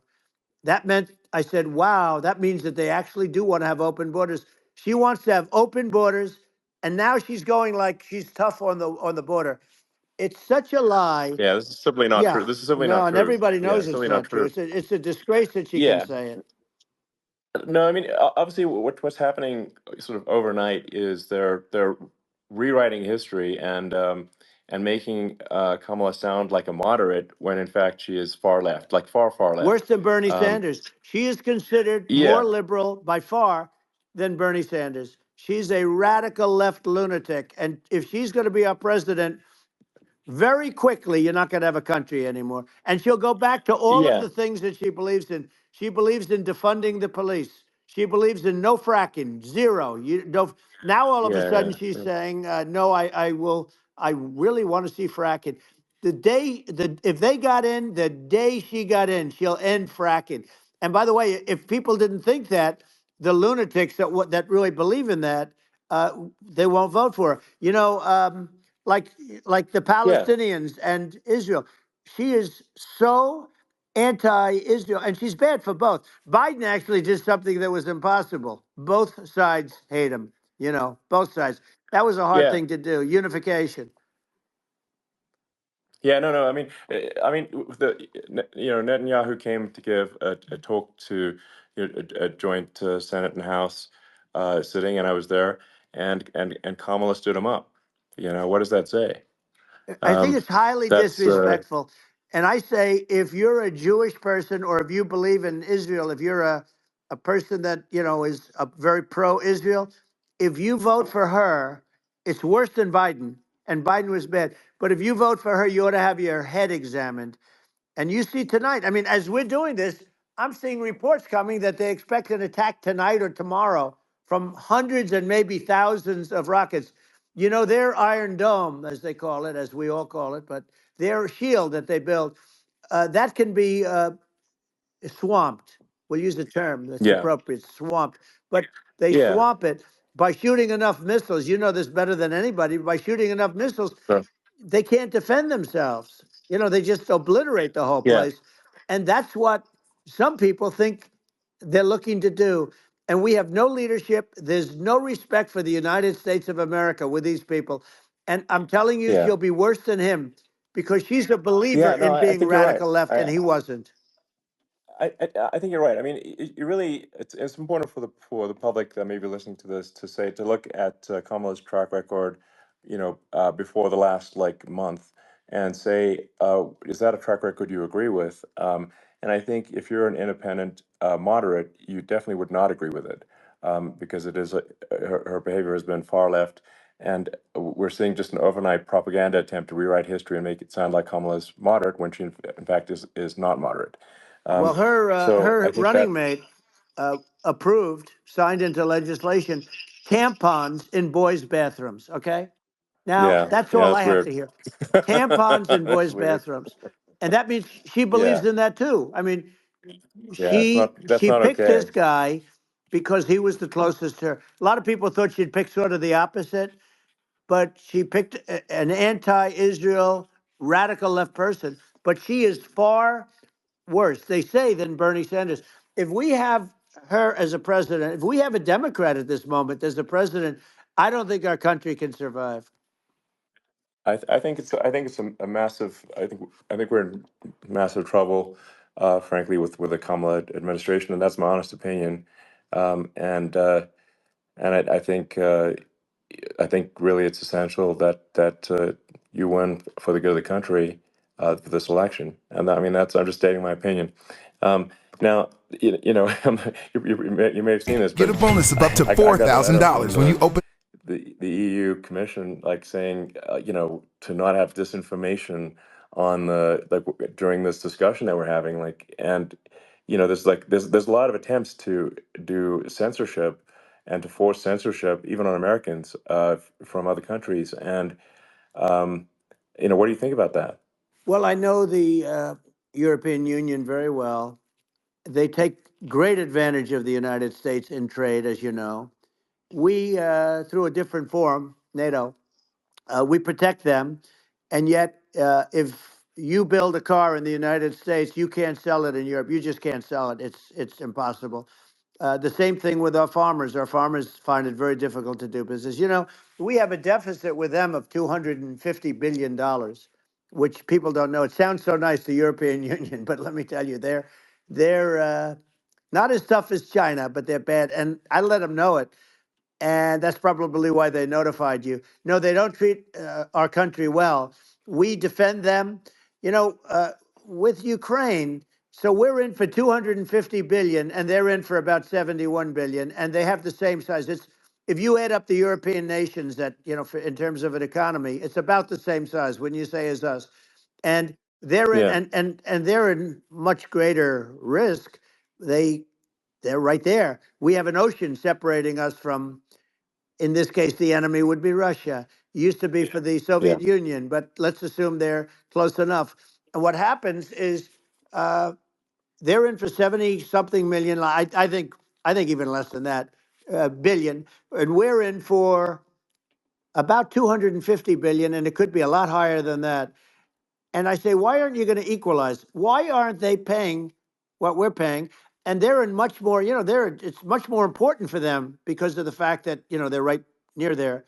I mean, they're all sort of in that location. We're not. But yeah, they should, and I did it with NATO. There were only 7 countries that were paid up in NATO out of 28 at the time. And the United States yeah, was the United States was subsidizing NATO, tremendously subsidizing NATO. And I went yeah, in and I said, you yeah, got to pay up. If you don't pay up, we're not going to defend you any longer. I took a lot of heat, but you know what happened? Billions and billions of dollars came flowing in, and yeah. I think a lot of the public isn't aware of the fact that the United States pays a disproportionate share of the NATO expenses, and then we get even though taken advantage of on trade. So think yeah, about it. well, I mean, the point of NATO is defending Europe, and it's it's like then okay, well, why is the United States paying disproportionately more to defend Europe than Europe? That doesn't make sense. That's unfair, and that is an appropriate thing to address. Well, Um, when you talk about so cost cutting and savings and everything else, I mean, honestly, look, there's nobody that feels worse about the Ukraine situation than I do because I know it would have never happened. I know Zelensky. He was very honorable to me because when they went with the Russia hoax and they said I had a phone call with him, he said it was a perfect phone call. It was a great phone call. He could have grandstanded and, said, oh, he was very threatening. He said, no, it was a very nice phone call. I called him up to congratulate him on his win, and you end up getting impeached because these people are yeah, yeah, lunatics. I was talking about the difference from the people within and the enemies on the outside. In many cases, the people from within are more dangerous for our country than the Russias and the Chinas. If you have a smart president, you're not going to have a problem with them. You're going to do things. yeah, Now, they've taken advantage yeah, of us absolutely. incredibly, but you're going to do things with the right person. Yeah, well, I think it's obvious that you're a believer and an advocate of free speech because during your first term as president, you were attacked relentlessly every day, often very unfairly with with false attacks, and you didn't try to shut down the media, you didn't try to inhibit their freedom of speech, and I think that says a lot. Well, the good thing is that you and I have, and some people, very few, we can get the word out. Although sometimes it's hard because they don't want to print it. Like we're having a great conversation right now. Kamala wouldn't have this conversation. She can't because she's not No. smart. She's not a smart person, by the way. She can't have this conversation. And Biden, we don't even have to talk about it. I mean, he couldn't have this conversation. He would have given up on the first half of a question. He would have walked out. He would have said, "Where am I? Where am I going?" So anyway, but Yeah, no, he wouldn't have this. that's true. Not a lot of people would have this conversation, but we cover a lot of territory. But the beauty is that we can have a conversation, and Yes, you I'm can actually able have a to get it out conversation. without because I get treated unfairly This by is the a really press. big point. You can actually have a conversation with you, Yeah, it's nice, isn't it? and you can't have a conversation with Biden or Kamala. It's like not. It's not possible. That's true. Um, It's this is like talking to an NPC. now. So it's just Well, impossible. but think of it. We need a man or person who's unbelievably sharp in order to stop all the nuclear danger and all the dangers that I'm talking about. And I got along with all these. I got along with Kim Jong Un. We had dinner, we had everything, and he really liked me, and I got along with him really well. By the way, he's the absolute boss over there. A lot of people said, "Oh, do you think he really?" Let That's for Let me sure. tell you, I saw things that you don't want to know about. He is the boss. But we had a good relationship, and he doesn't like Biden. He considers him a stupid man. He said he's a stupid man. Well, at least he speaks his mind. But in this country, you're not sort of allowed to say it, but I guess you are. You should be allowed to say it if Yeah, it's true. But we need smart people, and we need people that have an ability to lead. And she doesn't have that ability. Can you imagine? Now, yeah. Chairman Xi very well. Can you imagine her and him negotiating, or No, it's even silly. It would be standing silly. together? It is, the whole concept Yeah, is ridiculous. She is terrible. She's terrible. But she's getting a free ride. I it saw a would. picture of her Yeah, yeah, on Time Magazine today. She looks like the most beautiful actress ever to live. It was a drawing, and yeah, actually, yeah. she looked very much like our great first lady, Melania. She looked, didn't look, Yeah. she didn't look like Camilla. That's right. But of course, she's a beautiful woman, so we'll leave it at that, right? Yeah, well, maybe like I think part of what people in America want to, people in America want to feel excited and inspired about the future. They want to feel like the It's future is true. going to be better than the past, and that America is going to do things that are greater than we've done in the past, reach Right. new heights that make you proud to be an American, and excited about the future.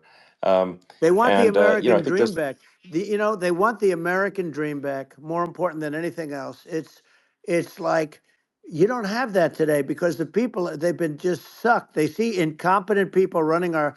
You know, the Biden thing is very interesting. People just found him to be incompetent, and when I debated him, I was like, "Is this for real?" It was Yeah, it was just absurd.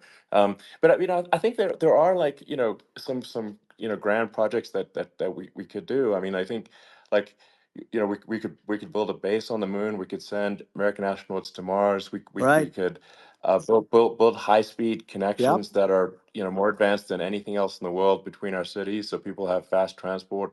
Um, that it's possible to solve traffic with tunnels. That's right. We already made great progress in Vegas doing that, and and just do things that are exciting and inspiring and make the future feel like it's better than the past. Well, I saw what you Like, did in Vegas, and I'll tell you, it was amazing. I got to see. I took a big glimpse at it, and it's incredible. It's incredible, and you could do that all over. You could do that all over. It's deep. yeah, You and don't it's even need much structure. Assuming you're in the right areas. no, it's straightforward. It's amazing. So like I think we could do some things that like China's got incredible high speed rail between its cities, but I think it's actually possible with tunnels if with deregulation with an ability to actually where it's like legal to actually do the tunnels. Then you could have high speed tunnels that are actually better than anything else in the world for high speed transport between cities, and that would be something that Americans can say, "Wow, okay, we've got something that's cooler than anyone else in the Yeah, world." That's the kind of thing that makes you proud to be an and American. much safer than surface trains, where there is a danger there. With people, with crazy Yeah, people. It's much safer, much better.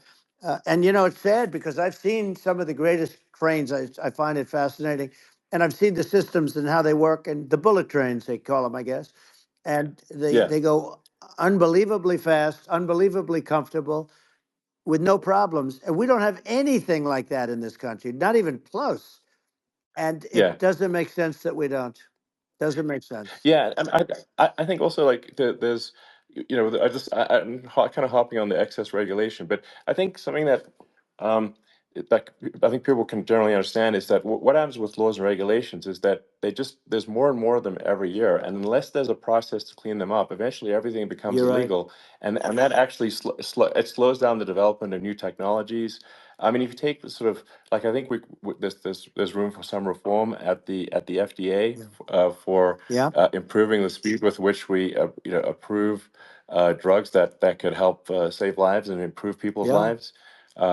I worked very hard And on that. you know We got that down yeah, to the lowest number ever, and we got therapeutics approved in the FDA that people can't even believe the speed. But I took them on. I don't think they like me too much, but I got things approved in the FDA at numbers that they wouldn't believe. And it's a very bureaucratic group. Actually, it's a fine group of people in many cases. I got to know a lot of them, but I was pushing them really hard for Regeneron, for so many different things that were really pretty amazing. But the FDA takes too long.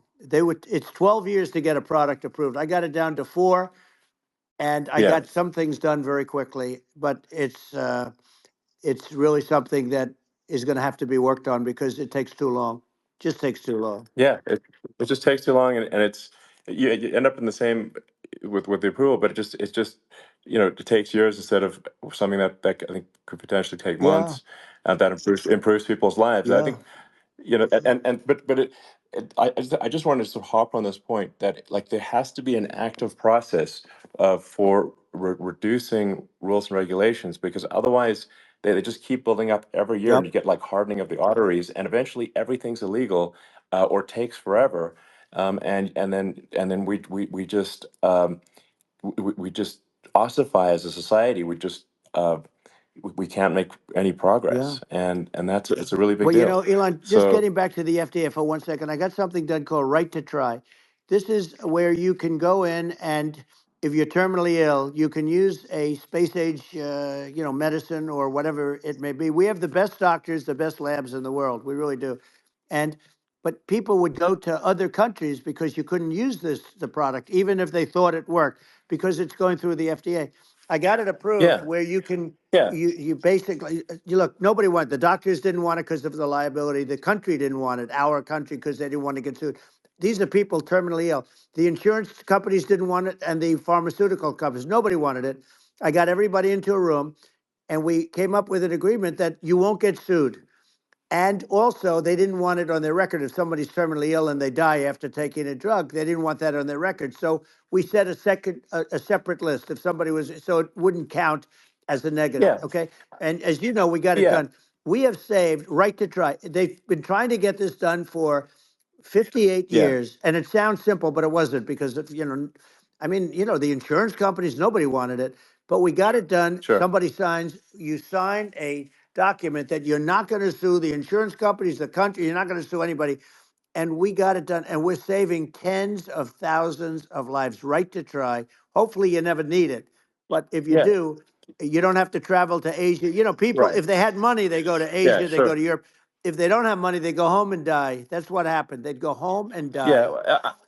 Well, I mean, and actually, to give Europe some props here, it's like if a drug is approved in Europe, which has a crazy amount of regulations, it should obviously be approved in the U.S. Yeah. I mean, they got more regulations than we do. So why would a drug be approved in Europe and not in the U.S.? That's crazy. Well, we did it. We did Um, something that really, they've been trying to do it for 50 years and they just couldn't get it done. And I got it done. And it's really something. But you're right. Some people go to Europe because a drug isn't approved here, but it's approved in Europe. And it's a drug that, generally speaking, would yeah, work. It's pretty crazy. You're absolutely. right. And I think so, so long as people are properly informed of the pros and cons, and like these are the risks, these are this is the risk, and like you make your own decision. Yeah. That makes sense. Well, I think just, So in sort of closing up, and by the way, I'm looking at the numbers. You got a lot of people listening.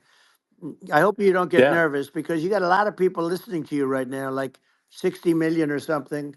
What is that number? It's crazy. It's amazing how you can see that right away. How many? What is the number? Wow. What is it? Well, Wow. I think in Wow, terms of that's a people that's a that big ultimately, that's bigger than you said. You said 25 and you're much more than double that number, 25 million. I think you're going to be 60 or 70. And I guess over a period of time. Hey, I congratulate you. Do I get paid for this or not? well, I think actually in terms of the number of people that will hear this conversation over the next few days to Right. weeks, it's going to be hundreds of That's what they millions. say. Yeah, that's good. Well, look, it's an Yeah. honor. Yeah, I just asked this, are you better off now or were you better off when I was president? Nobody's better off now. People, we put out polls on that and nobody's better off now. Inflation has killed it. And they also feel very unsafe. You look at what's going on with a lot of different things. You look at the riots we had at the Yeah. colleges over, I mean, it's ridiculous, but Right. all of the riots, they just feel unsafe. And now they really feel unsafe because you have a new form of crime. It's called migrant crime. I call it Biden Well, migrant yeah. crime. Maybe I'll call it Well, Kamala I, migrant crime. But I mean, with all these things, I always try to get to the ground truth by just asking people. And my mom lives in New York, and I was like, Mom, do you know, have you any of your friends, been attacked or assaulted? And she said, yeah, three of her friends in three it's separate crazy. incidents were assaulted just in recent months, just walking around the streets of New York. And I said, well, did what happened to the people that assaulted them? Oh, nothing. They got away. Like, and they just They know that always get away. nothing's going. And they don't even and that they don't even bother reporting it because there's not. They know that there's not. They're not going to. People are not going to get prosecuted. They just let violent criminals out in New York The with only one with that gets zero bail. prosecuted is Donald Trump. They don't get, they prosecute Trump. Yeah, I mean it's just obviously messed Oh, up it's if terrible. violent criminals are being getting off scot Yep. free, and meanwhile the New York spending massive resources prosecuting you, and it's like what's this and I think the sort of sensible public looks at this and says, what the heck's going on here? This is obviously abuse of the legal system. Um, the legal system is supposed to be protecting the That's right. public from violent criminals, and it should be obviously allowing the public to make their own decision about who should be president, as opposed to some legal case. Once they start this precedent, because this can go on with the next one, I mean, this is a very bad precedent what they're doing in terms of, going after their political opponent. And that's all it is. It's going after their political opponent. Yeah, And then you get a judge who's, a strong Democrat. And I'm being nice when I say that, in many cases, crooked as hell. But you get a judge and you go into an area where a Republican gets 3 or 4% of the vote, and you'll have a jury pool yeah, with people that hate Republicans or hate. It could also sure, be the other way of though, course. because it could start the other way in areas where they hate Exactly. Democrats, and you get into a Yep. Pandora's box. It's a very dangerous thing for this country, and a very dangerous thing even for the state. New York City is Yep. losing. New York Absolutely. City and state lose a lot of business over what they did to me, because these people say we don't want that to happen to us. That's no justice system. You have an unfair system of Yes. justice, and it's costing New York State a tremendous amount of money. People are leaving and companies are leaving, and they won't come back. So all of that stuff is important, but the economy now is the big thing, and we can turn that economy up so fast, and people are going to be back again. We're going to get rid of Yeah, I think there's inflation. I think there's a lot of Right. opportunity. Absolutely. Absolutely. So And I just I want to think I I want to think congratulate you. You've done an amazing job. You have definitely got a fertile mind. We can talk. You and I can talk about well, rockets and, it's kind of you to say thank you. well, tunnels. We can talk about tunnels and rockets and electric cars. So many things. And now you're into the AI, and that's going to be another beauty, I'll say. So Yeah. it's an amazing thing you've done, Elon. It's an amazing thing, and I Well, congratulate you. I mean, thank you. And well, I mean, I just say here, here's to an exciting, inspiring future that people can look forward to and be optimistic and excited about what happens next. and that's the kind of future that I think you will bring as president, and that's why I endorse you. Well, I appreciate that. That endorsement meant a lot to me. Not all endorsements mean that much, to be honest. Your endorsement meant a lot. And, we have a phrase, make America great again. It's pretty simple, but it really says that we want to make America great again. And we can do it. We can do it now. But if we were going to suffer another 4 years like we've suffered for the last 4 years, I'm not sure the country can ever come back. That's how bad it is. It's so bad. We have to do a I lot of think that's a things. very real Yeah, risk. it's a big That's a risk. very real risk. Yeah, And it's, I'd just like to note to people listening, like I've not been very political before, and if you look at my record, I've actually been. I'm not like sometimes they try to paint me as like a far right guy, which is absurd because I'm like making electric vehicles and solar and batteries, helping them with the environment, and and I actually I supported Obama. I stood in line for 6 hours to shake Obama's hand when he was running for president, and so it's not like I'm like some sort of dyed in the wool long term Republican. I call myself, uh, historically a moderate Democrat, but now I feel like we're really at a critical juncture for the country, and uh, I think a lot of people thought the Biden administration would be a moderate administration, but it's not, and obviously we're just going to see an even further left uh, administration with Kamala. That's my honest opinion. I mean, her dad is literally. I mean, she was brought up as an actual. Her dad is a Marxist economist.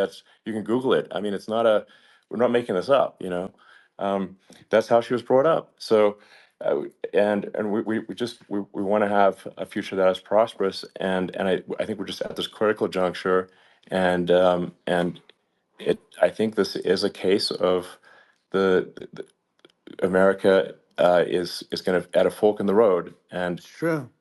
and I think it will take if the path to, like you are the path to prosperity, and I think Kamala is the opposite. Then that's my honest opinion. I'm gonna get attacked like crazy, and I've also experienced quite a bit of lawfare myself. And but I'm just trying to tell people my honest opinion, and I haven't been really active in politics before, and I'm just trying to point out that my track record historically has been moderate, if not moderate, slightly left, and so this is to people out there who are in the moderate camp to say I think you should support um, Donald Trump for president. And I think it's actually a very important junction in the road, and we're in deep trouble if it goes the other way. Well, I want to thank you. And, I actually always did think of you as somewhat left. I must say that. So it's Yeah. even more of an Well, honor to have yeah. your endorsement. I know how strong you feel about it.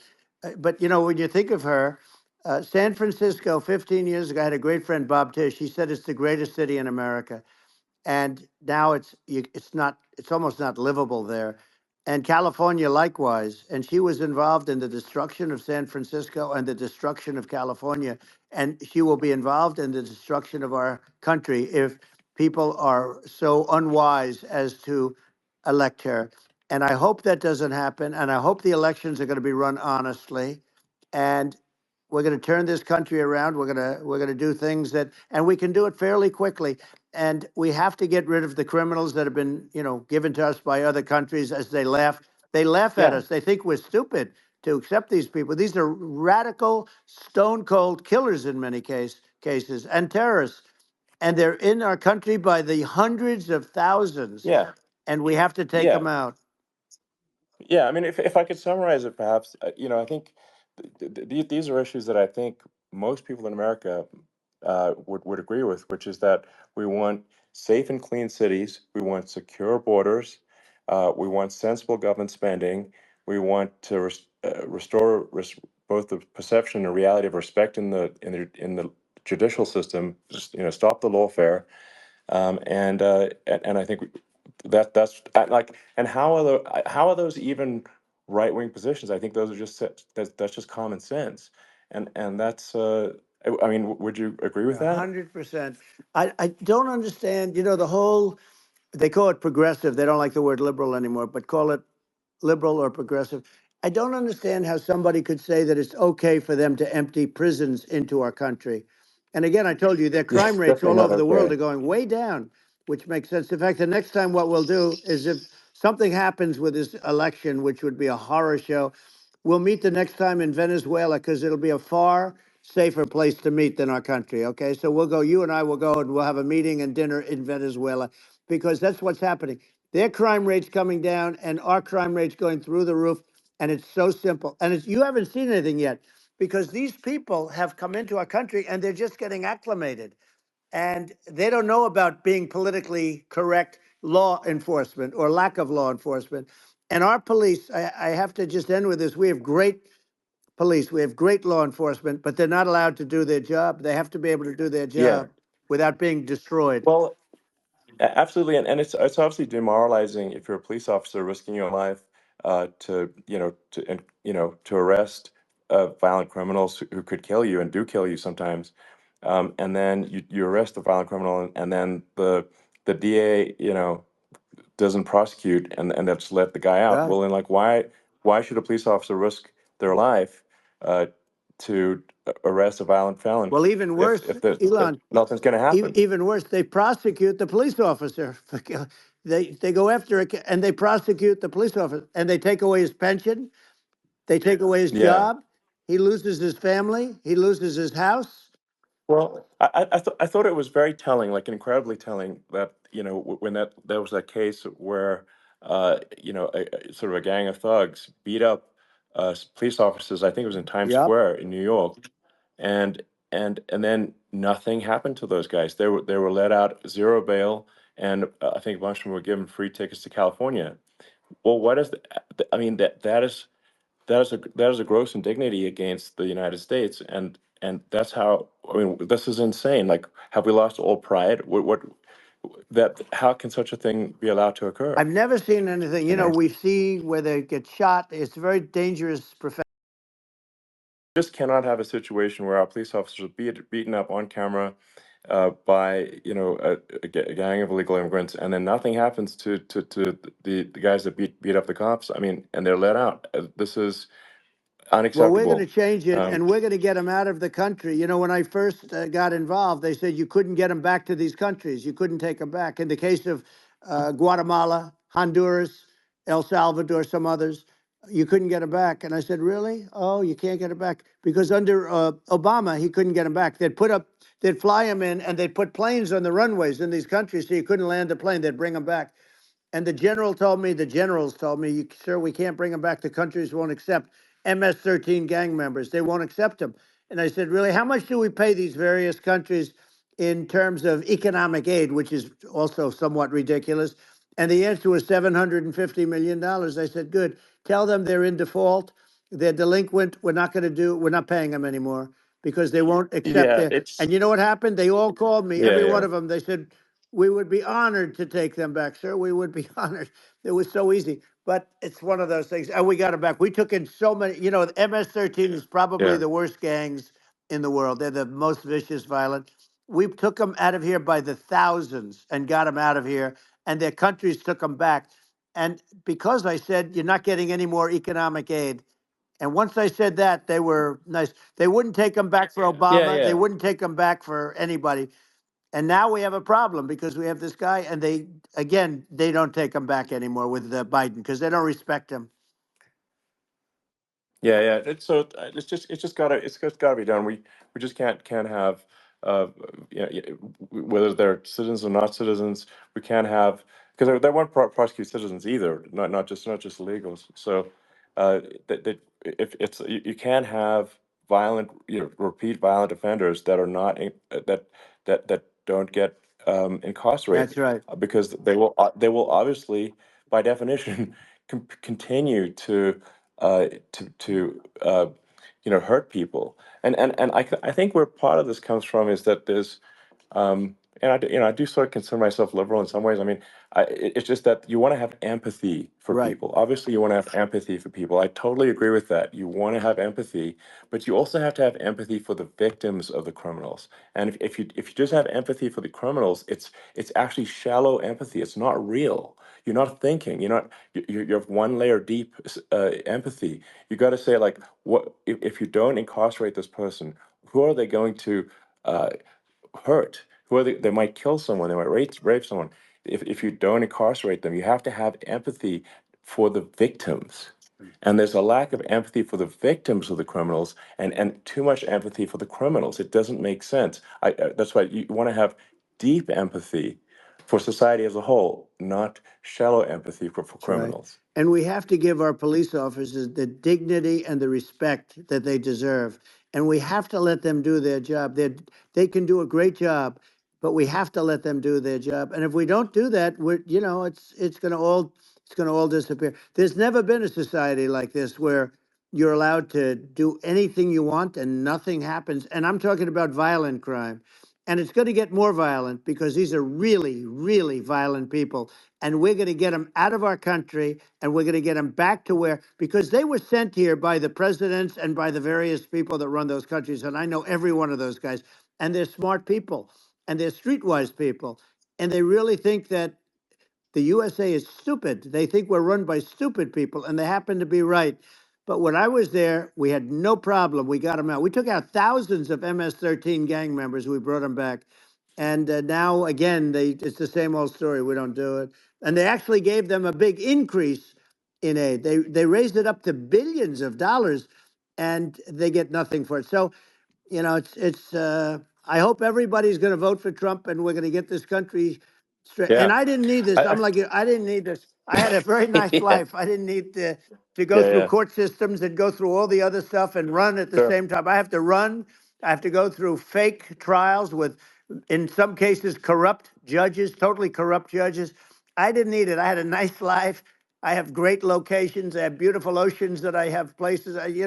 This was, but I felt it was important. And if I had to do it over again, you probably think I'm crazy for doing it, actually. But if I had to do it over again, I would have done it over again, because this is so much more important than me or my life. We're going to save this country. This country is going down. And these people are bad people that we're running against, and they're liars. They make statements. They do things that are so bad. They say they're going to make a strong border. They say they've been great on the border, and they've been the worst in history. They say they're Yeah, going to it's stop horrible. Like crime, the and facts speak for themselves. The it's so facts incredible. speak for themselves. Like it's gotten to the point where people just don't even bother reporting crime in a lot of That's cities right. because they know nothing is going to happen. Um, that's what I hear anecdotally from people all the time. Um, so it's just my values. I'm just saying to people out there, like the things I think are important for the future is like we've got to have safe cities, we've got to have secure borders, we've got to have sensible spending, and we've got to have deregulation, and Right. so we can have a prosperous future. And then we want to have some exciting, sort of moonshot projects that people can get fired up about. And that's the future I'm looking for. And I'm pro environment, but I'm not against. I'm not like I don't think we should vilify the oil and gas industry because they're keeping civilization going right now, and but I do think we want to move at a reasonable speed towards a sustainable energy economy. Those are my values, and I think um, and so I mean that's uh, why I'm supporting you for president. Well, I So appreciate it. We're going to give incentive to companies to come into our country, not to leave our country. We're going to be giving tremendous incentives. We want companies to build here, not to build in other locations. And we want to create jobs. And again, it's about the American dream. You don't hear about the American dream anymore, Elon. You don't hear, you're the American dream in the truest sense, but you don't hear about the American dream anymore. And you're going to hear about it. People, they need that incentive to go out yeah, and do it, and they're going to love their lives. I mean, they're going to look forward to getting up in the morning and going to a job that they love, not a job that they can't stand, or not any job at all, where they have no money, where they yeah, literally have no money, and then they end up with violence and lots of other problems. No, we're yeah. going to do some great things. And I learned a lot in the first. We had a great economy and all of that.